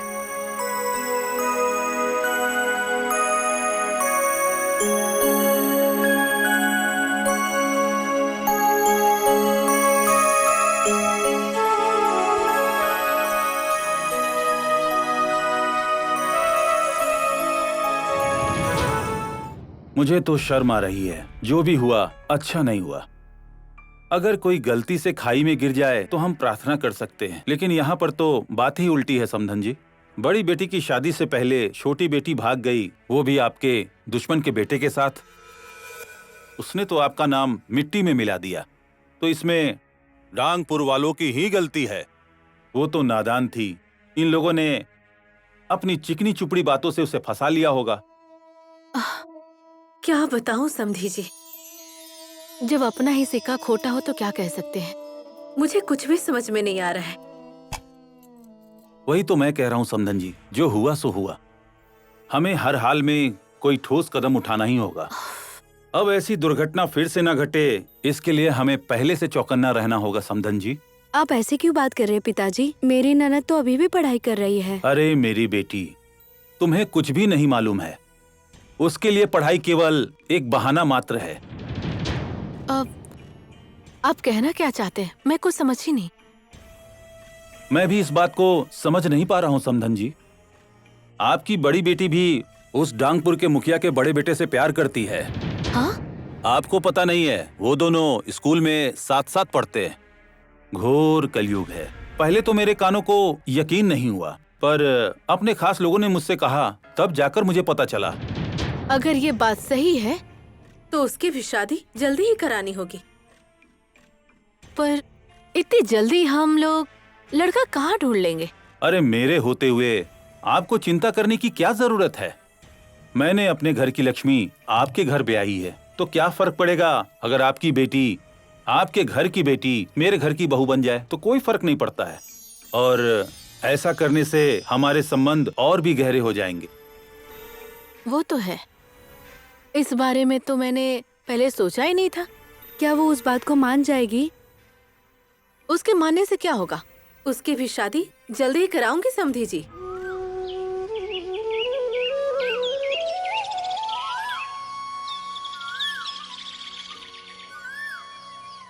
गोपाल सुनो तो। घर नहीं जाना है? कितनी देर हो गई है। पता नहीं क्यों आज मुझे तुमसे अलग होने का मन नहीं कर रहा है। अब मुझे भी जाने का मन नहीं कर रहा है, पर बहुत देर हो गई है ना, मेरी माँ को शक हो जाएगा, तब चलते हैं ना। तो शक होने दो ना, मैं तुम्हें भगा कर अपने घर ले जाऊंगा। ये सब बोलना ना आसान है, एक लड़की को अपने घर से भगा कर ले जाना बड़ी हिम्मत का काम होता है, पता है? तुम्हें लगता है मेरे अंदर हिम्मत नहीं है? मैं दांगपुर का हूँ, दांगपुर का। मेरे गांव में हमारी बहुत चलती है, मेरा भाई बहुत हिम्मत वाला है। बात करती हो? हाँ हाँ, अगर हिम्मत है तो आज ही ले चलो, देखते हैं कितनी हिम्मत है तुम में। सच कह रही हो? हाँ सच में। सच कह रही हो ना? तो चलो मेरे साथ। अरे अरे अरे, कहाँ? घर।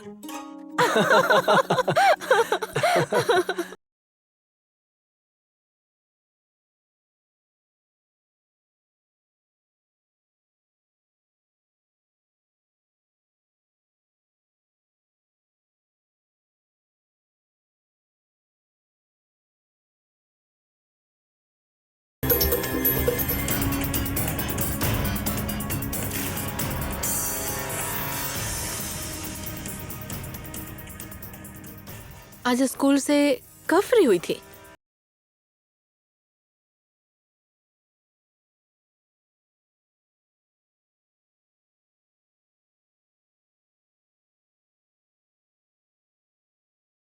क्या तुम भूल गई हो? दांगपुर वाले हत्यारे थे तुम्हारे पिताजी के। ये क्या बोल रही हो माँ?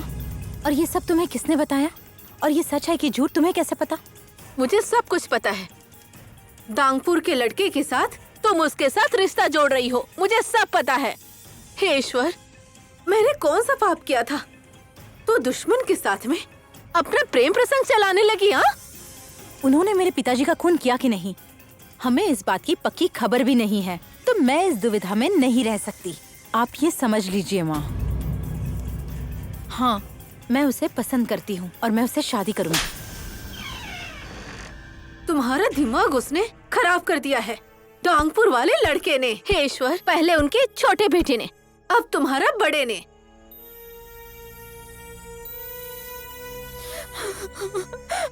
सुन लो तुम लोग, आज से वो स्कूल नहीं जाएगी। उसने बहुत पढ़ाई कर ली और बहुत होशियार हो गई, जिसकी वजह से हमारा सिक्का खोटा हो गया।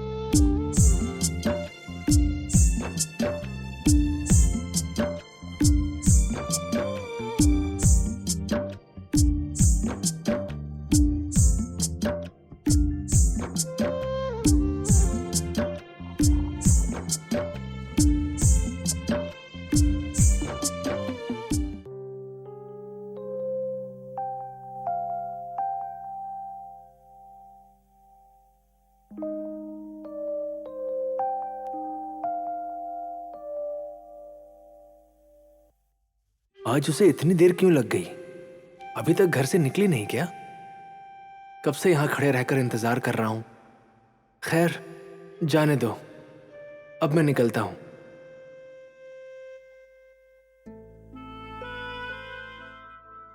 तो बच्चों, हाथ का मतलब होता है हैंड, और कंठ का जो मतलब होता है वो होता है थ्रोट, और ब्रह्मांड का मतलब होता है यूनिवर्स जिसमें पूरी दुनिया बसी हुई है, और नेत्र का मतलब होता है आंखें, और लीलार का मतलब होता है फोरहेड। आप सबको अच्छे से पढ़ाई करके माता पिता का नाम रोशन करना चाहिए। ठीक है, आज की पढ़ाई यही खत्म करते हैं। आज जो पढ़ाया उसे कंठस्थ करके कल क्लास में आइएगा।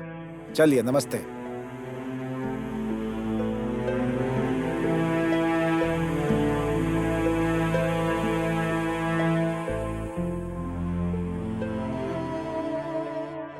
सुनो गोपाल, गुण केसरी ने तुम्हें ये लेटर देने के लिए कहा। वो स्कूल नहीं आ पाएगी आज के बाद।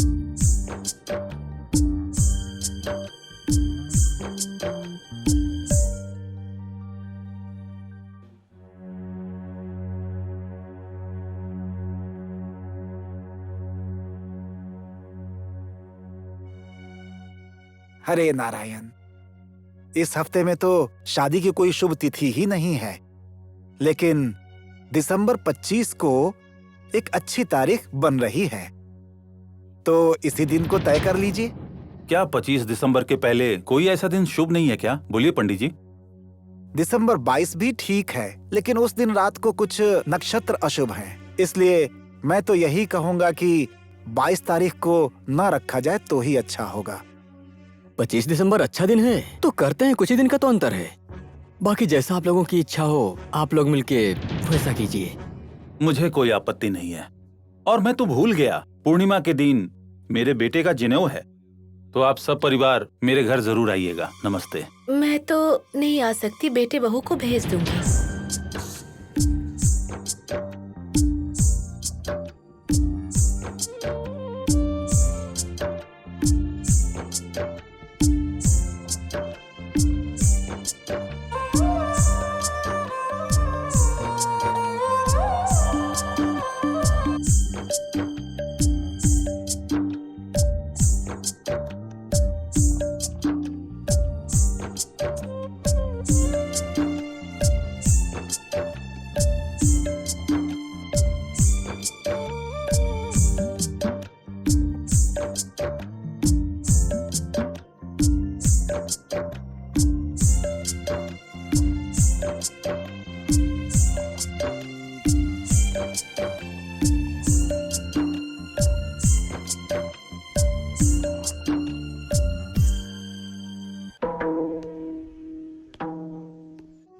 पाए लगू पिताजी। खुश रहो बेटा। क्या हुआ माँ, आज आप इतनी सारी प्लेटें क्यों सजा रही हैं? कहीं बड़े भाई की शादी तो नहीं तय कर दी? ये तुम्हारे भाई के लिए हो रहा है, तुम्हारे लिए नहीं बेवकूफ। क्यों? फिर से मेरी शादी हो रही है क्या? मैं कितनी शादी करूंगा माँ, एक शादी तो कर रखी है। तुम्हारी माँ जो कह रही है सही कह रही है। तुम तो बुद्धू ठहरे। किस्मत अच्छी है कि इतनी अच्छी बीवी मिल गई है। तुमने कभी सोचा भी होगा ऐसा? गांव वालों की शिकायत है कि तुम्हारी शादी में उन्हें मटन खाने के लिए नहीं मिला, तो अब खिला देते हैं, ठीक है? हमारी इतनी अच्छी बहू आई है तो इतना हक तो बनता है उनका। तो ये दावत कब है पिताजी? अब 20 सप्ताह में तो कोई अच्छा मुहूर्त बचा नहीं है, तो 22 दिसंबर की तारीख पक्की की गई है, समझे? और इस भोज के लिए खस्सी की व्यवस्था तुम्हें करनी होगी। ठीक है पिताजी, आपको उसकी चिंता करने की बिल्कुल जरूरत नहीं है, मैं सब संभाल लूंगा। क्या हुआ बेटे, तुम्हारी आज क्लास नहीं थी क्या? इतनी जल्दी घर आखिर कैसे आ गए? स्कूल में पढ़ाई चल रही है, लेकिन आज मेरा जी नहीं लग रहा है, इसलिए मैं घर आ गया। ये तो मैं नया सुन रहा हूँ। तुम्हारा पढ़ाई में मन नहीं लग रहा? अब ये सूरज पश्चिम से कैसे उग गया? खाने को बीच में छोड़कर तुम पढ़ाई के लिए भाग जाते थे। अपने स्कूल में तुम्हारा कोई झगड़ा वगैरह तो नहीं हो गया? हाँ सही कहा, मुझे भी ऐसा ही लग रहा है पिताजी। जेठ जी बहुत कमजोर भी दिख रहे हैं। क्या हुआ भाई, आजकल तू ठीक नहीं लग रहा है, कोई तकलीफ है क्या?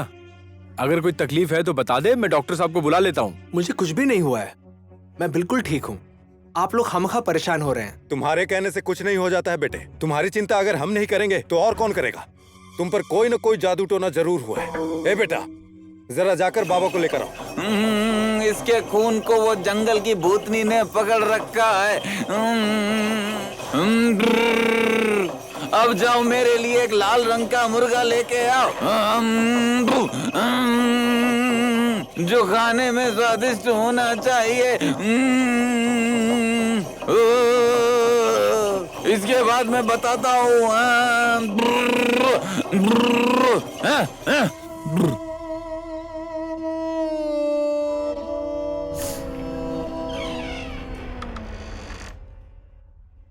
ओ भाभी, आप हो? अंदर आ जाइए।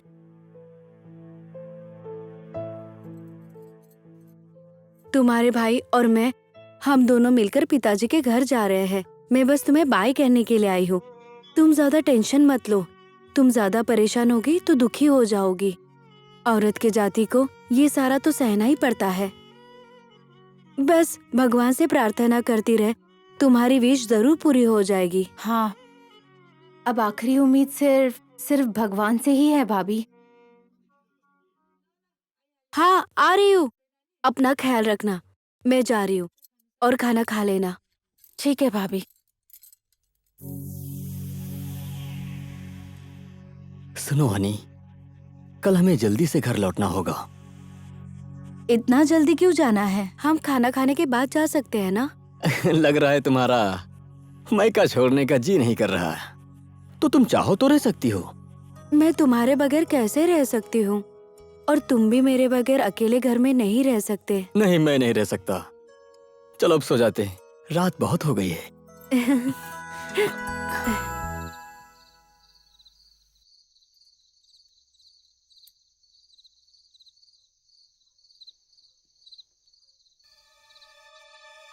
चलो जल्दी जल्दी।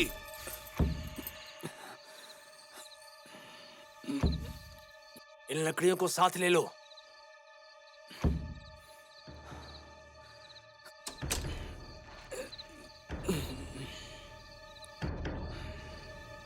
जल्दी करो, जल्दी जल्दी।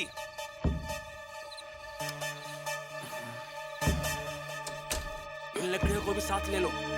जल्दी करो, जल्दी जल्दी।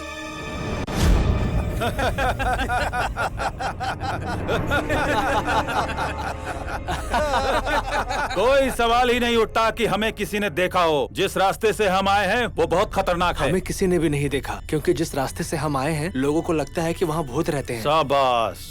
अब रात को ही नहीं, दिन दहाड़े भी हम डकैती डाल सकते हैं। जी हुजूर, जी हुजूर।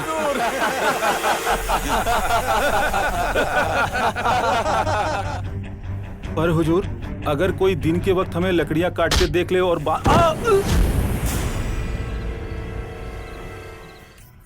मुझे कायर और डरपोक लोगों की जरूरत नहीं। मुझे वो बिल्कुल पसंद नहीं, क्योंकि वो न खुद का भला करेंगे और ना ही किसी और का भला होने देंगे। एक कालिया पंता नाम का लड़का था जो कभी मेरी बात नहीं मानता था, क्योंकि वो दिल का बहुत अच्छा था। एक मयान में दो तलवारें नहीं रह सकती। एक कुत्ता दूसरे कुत्ते की हड्डी नहीं पचा सकता।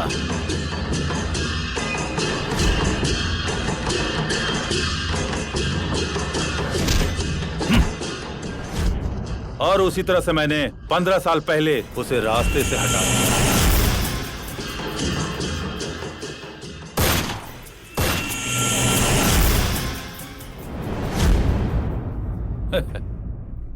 जो भी तुम्हारे रास्ते का कांटा बने उसे उखाड़ कर फेंक दो।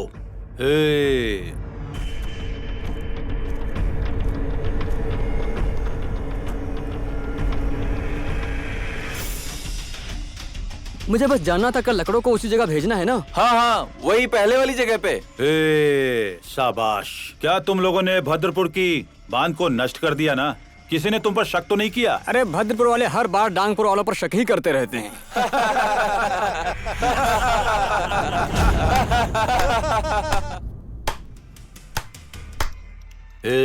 ये क्या दामाद जी, आप यहाँ? आप मुझे दामाद मत कहिए। ठीक, आपके इन्होंने पापों के लिए अब मैं आपका दामाद नहीं, मौत बनकर आया हूँ। अरे दामाद जी, गुस्सा मत कीजिए, समझदारी से काम लीजिए। समझदारी से? मैंने आपका पापी दिल देख लिया है, जान भी गया। आज इस पूनम की रात के उजाले में तुम सभी शैतानों का अंत होगा, इसी जगह पे। आज से इस धरती से तुम सभी शैतानों का आतंक हट जाएगा। मुंह संभाल के बात करो, वरना हमारी बहन विधवा हो जाएगी। और जो हालत हमने तुम्हारे पिता की थी, ऐसा ना हो कि हम तुम्हारे साथ भी वैसा ही करें।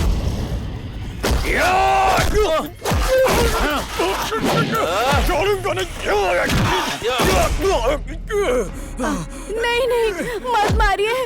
पिताजी मत मारिए, छोड़ दीजिए पिताजी, पिताजी मत मारिए, पिताजी मत मारिए। वैसे क्या किया उसने? तुम क्यों उसे मार रहे हो? तुम्हें शर्म नहीं आती मेरे पति को मारते हुए? नहीं बेटी नहीं, हम लोग तो बस इसे समझाने की कोशिश कर रहे थे, पर ये तो हम पर ही हमला कर रहा था। हम तो बस इसे रोकने की कोशिश कर रहे हैं। अरे बेटी, तुम्हें इन सब मामलों में पड़ना नहीं चाहिए। मुझे तो पता होना चाहिए कि मैं किस शैतान की बेटी हूँ। ए लड़को, सुनो, जब तक उस मुखिया के बेटी के साथ हमारे बेटे की शादी नहीं हो जाती ना, तब तक इन दोनों को घर में जाकर बंदी बना लो। बाकी हम बाद में सोचेंगे। उठ जाइए, छोड़िए उसे, छोड़िए, छोड़िए। आखिर क्या चाहते? आखिर क्या चाहते डांगपुर वाले? पानी का बांध तोड़ दिया, उससे भी मन नहीं भरा। अब वो हमारे गांव के लोगों को बंदी बनाना शुरू कर दिए। बड़ी हैरानी वाली बात है। बिल्कुल सही। हे नारायण, वो लोग ऐसा क्यों कर रहे हैं? मुझे तो लगता है कि मेरी बेटी और आपके बेटे को किसी ने बंदी बनाकर रख लिया है समदन जी। जब तक ये मामला सुलझ नहीं जाता, इस शादी को रोकना होगा। विवाह रुकेगा नहीं। जो टाइम फिक्स हुआ था उसी पे शादी होगी। अगर वो डांगपुर वाले चाहते हैं कि शादी न हो, उनका ये छल मैं कभी भी पूरा नहीं होने दूंगी। आप जब कुंडली देख रहे थे तब आप कह रहे थे कि एक अच्छा दिन है, 25 दिसंबर से पहले कोई दिन है ना? लेकिन क्यों? उन्हें हराना होगा। हरे नारायण, वैसे 22 तारीख तो ठीक ही है, लेकिन वो दिन शादी के लिए नक्षत्र शुभ नहीं है, ये आपको बता देता हूँ मुखिया जी। ठीक है, 22 तारीख को तुम यहाँ पर शादी के लिए आना। मैं देखना चाहूंगी कि डांगपुरा के लोग आखिर क्या करेंगे। अब समधन जी के फैसले को मैं कैसे बदल सकता हूँ? बिल्कुल नहीं। एक अंधा क्या ढूंढता है? आंखों की रोशनी।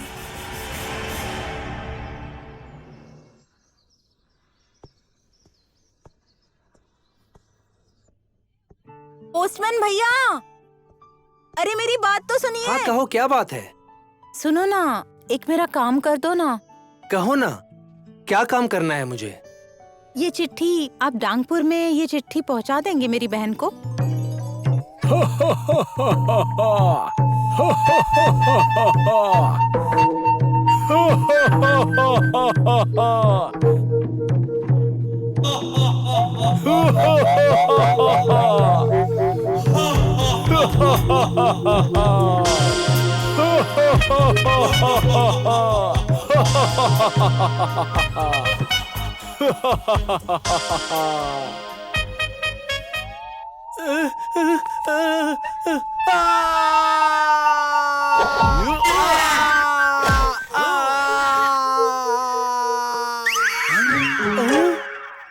मैंने तुमसे वादा तो कर दिया है, लेकिन अगर उन लोगों ने मुझे बंदी बना लिया तो क्या होगा? तुम ये क्या कह रहे हो पोस्टमैन भैया? डांगपुर वाले बिल्कुल ऐसे नहीं है। मेरे भाई और भाभी को डांगपुर में कैद किया गया है।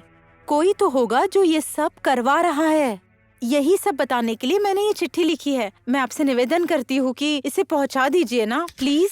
तुमने मुझे एक बहुत ही बड़ी मुसीबत में डाल दिया है। अगर मुझे कुछ होगा तो क्या तुम मुझे बचाने के लिए आओगी? मैं आपका ये उपकार कभी नहीं भूलूंगी। और मुझे बता दीजिएगा, मेरी बहन इस वक्त किस हालात में है। मेरे पास आपके अलावा और कोई रास्ता भी तो नहीं है। चलो कोई बात नहीं, चलते हैं। हे भगवान, मेरी रक्षा करना।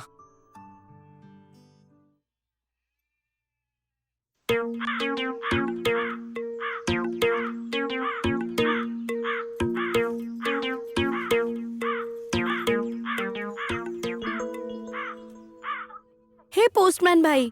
नमस्ते बहन जी। नमस्ते नमस्ते। वहाँ क्यों छुप रहे हो? आओ ना, बैठो।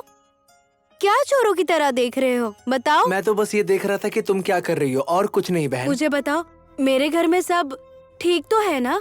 सब अच्छे हैं, पर हुआ क्या है? सब ठीक तो है ना? तुम्हें पता नहीं है, तुम्हारे भाई और भाभी को किडनैप कर लिया है दांगपुर के लोगों ने। सबको ये बात पता है, इसीलिए तो मैं यहाँ आया हूँ ये चिट्ठी देने के लिए। ये देखो, ये चिट्ठी है। हाँ, लेकिन भाभी, आपको ये सब कैसे पता चला? ये चिट्ठी लीजिए, गुण केसरी दीदी ने भेजा है। पोस्टमैन लेके आया था। पढ़िए इसमें क्या लिखा है। गुण केसरी की चिट्ठी?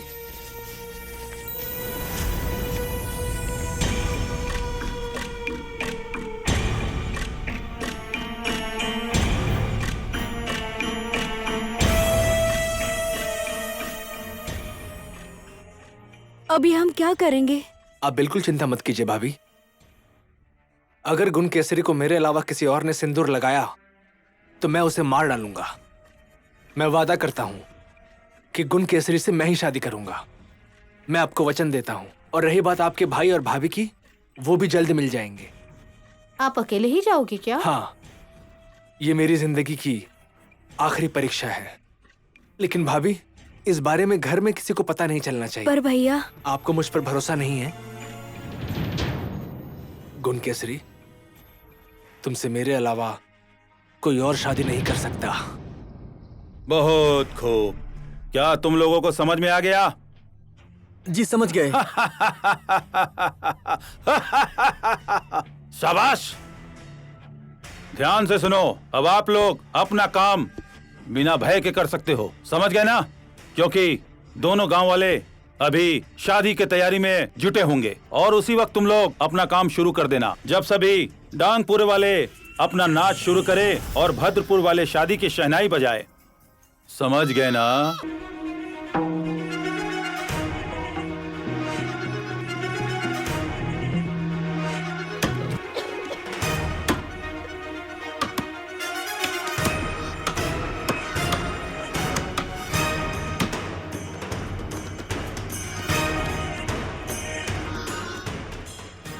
गोपाल,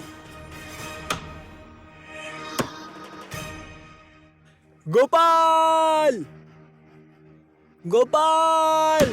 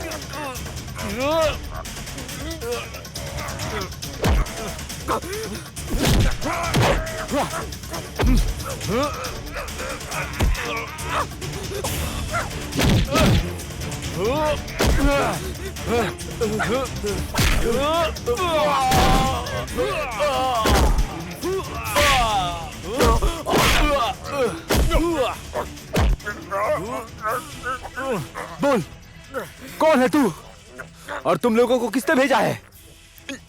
मेरे गांव के प्रधान ने, वो हमें पहले भी इस जंगल में पेड़ काटने के लिए भेजते रहते थे। वो आदमी के रूप में शैतान है। उसने खुद की बेटी को कैदी बना के रखा है और अपने दामाद को भी अपने घर में।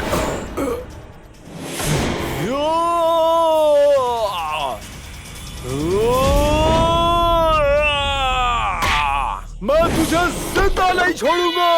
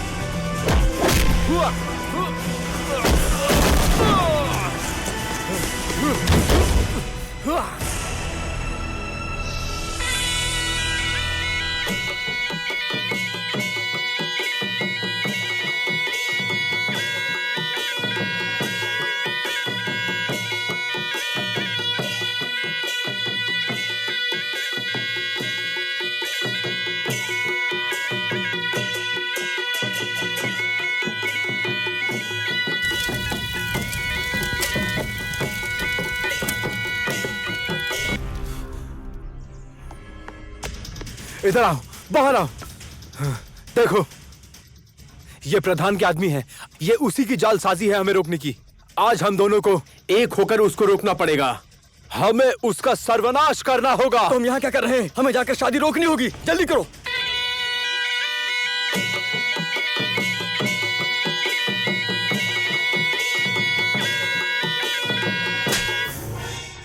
अच्छा ये बता, सुबह कहाँ गई थी?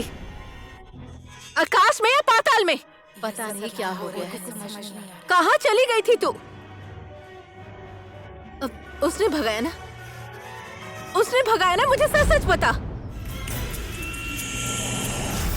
अरे रे रे रे, ये क्या हुआ समधन जी?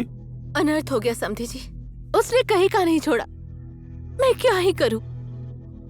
वो मेरी बेटी को भगा के लेके गया।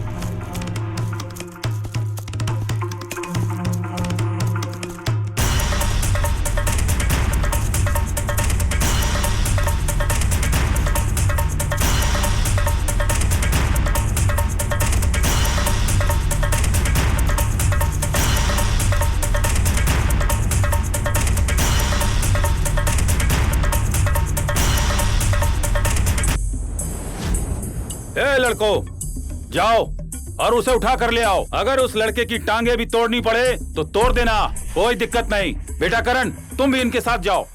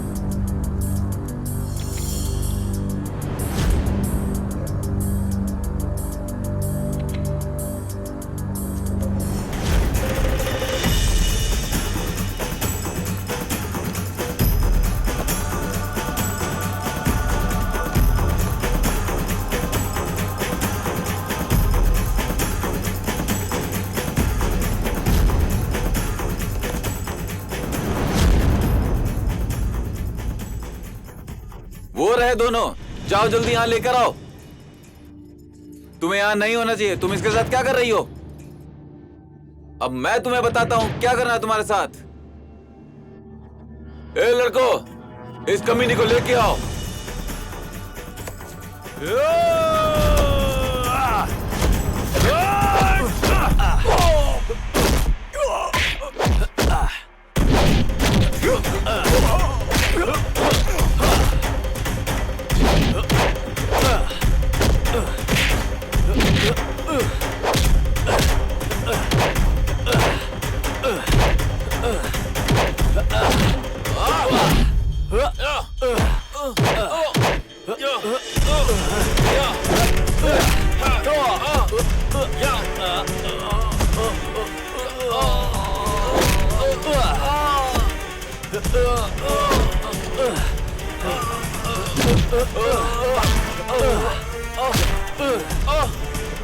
ए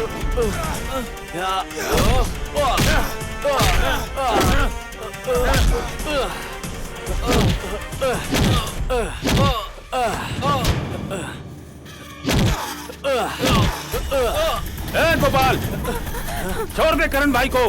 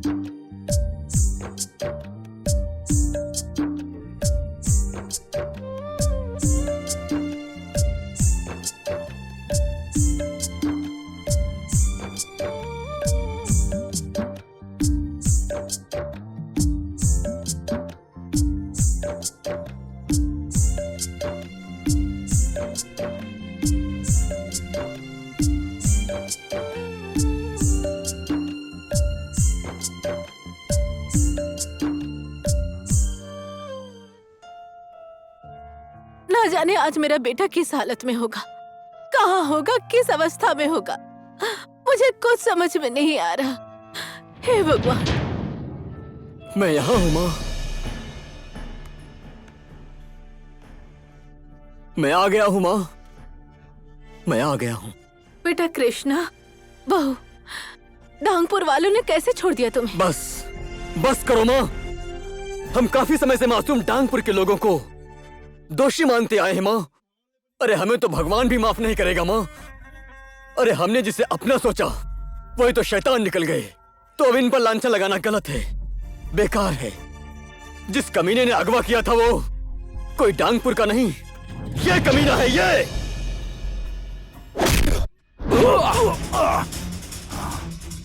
आकाश से नहीं डरता, चट्टान से मैं नहीं डरता, धरती से मैं नहीं डरता, आसमान से मैं नहीं डरता। मैं अपने मन का मालिक हूँ। कांचा को गुस्सा आने के बाद कांचा किसी को नहीं छोड़ता। अब तेरा खेल खत्म हो गया है।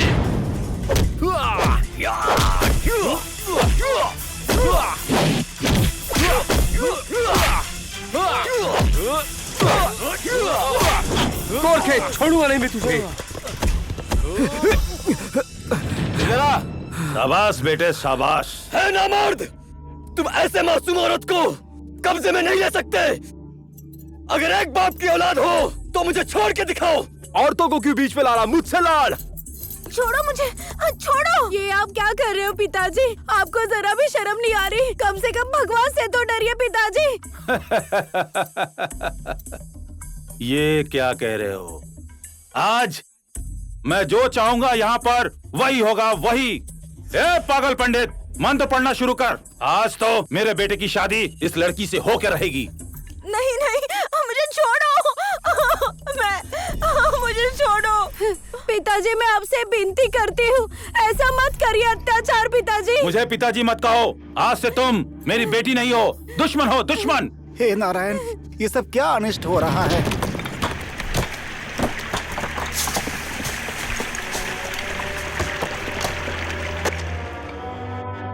ए पंडित, मंत्र पढ़ना शुरू कर। ओम मंगलम भगवान विष्णु, मंगलम गरुड़ ध्वज, ओम पुंडरीकाक्षाय मंगलाय तनो हरि। नहीं, छोड़ दे मेरी बेटी को।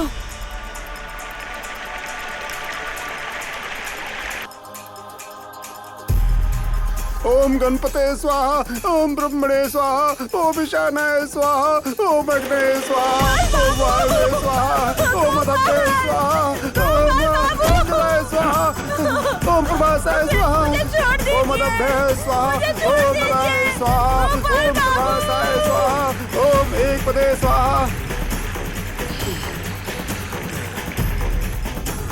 छोड़ दे मुझे छोड़ दे। पापी छोड़, मुझे छोड़ दे।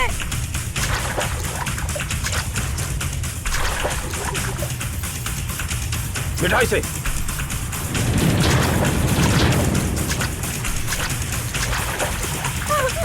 छोड़ो मुझे, छोड़ो मुझे। उसे छोड़ना मत।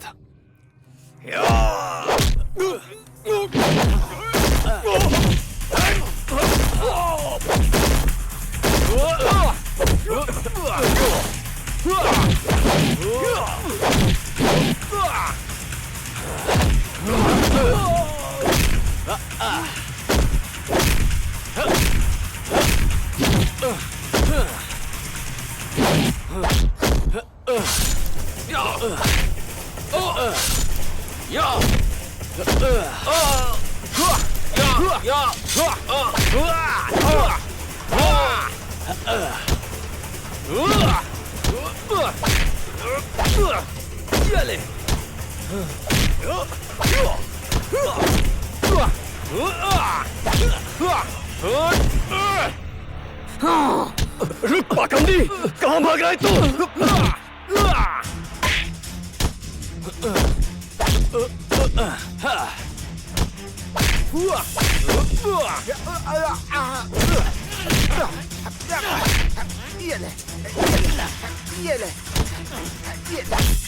तुझे छोड़ूंगा नहीं। तेरे को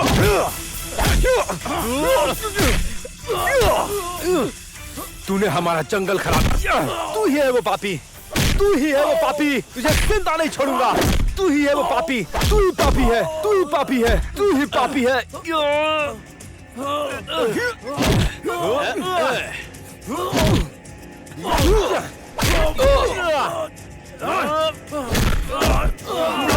माँ तुम ठीक हो?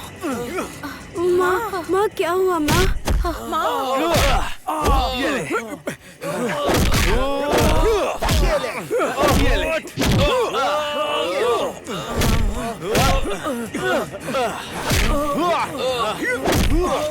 मार के भुर्ता बना दो इनका।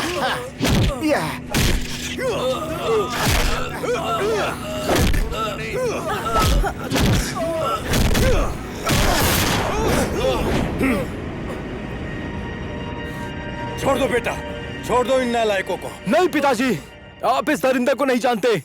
यही है वो जानवर जिसने दोनों गांव के बीच में आग लगाई है। यही है वो पापी। आज इसका सर्वनाश होगा, सर्वनाश।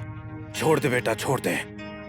मुझे सब पता चल गया है और मुझे ये भी पता है कि हमारे समाज में अगर एक आदमी दूसरे आदमी को मारता है तो ये बहुत बड़ा पाप होता है। तो इस कमीने को मारकर अपने आप को हत्यारा मत बनाओ। ये मूर्खता होगी बेटा, मूर्खता। इस शैतान को, इस पापी को, इस शैतान को क्या सजा देनी है वो मैं देखूंगा। गोपाल बाबू, ये लीजिए सिंदूर और मांग में भर के इन्हें अपनी पत्नी स्वीकार कीजिए।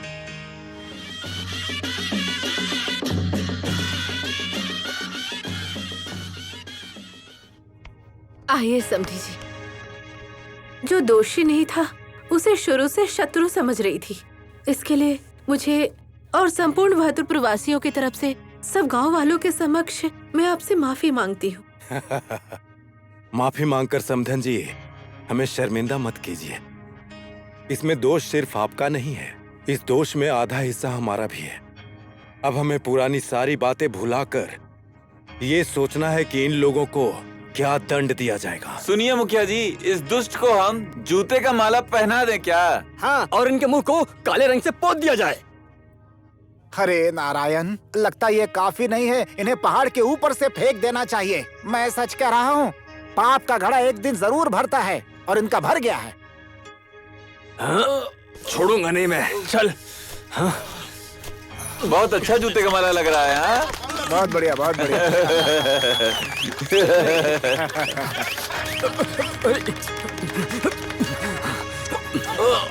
ले चलो इसको, ले चलो। मारो सबका, छोड़ना नहीं।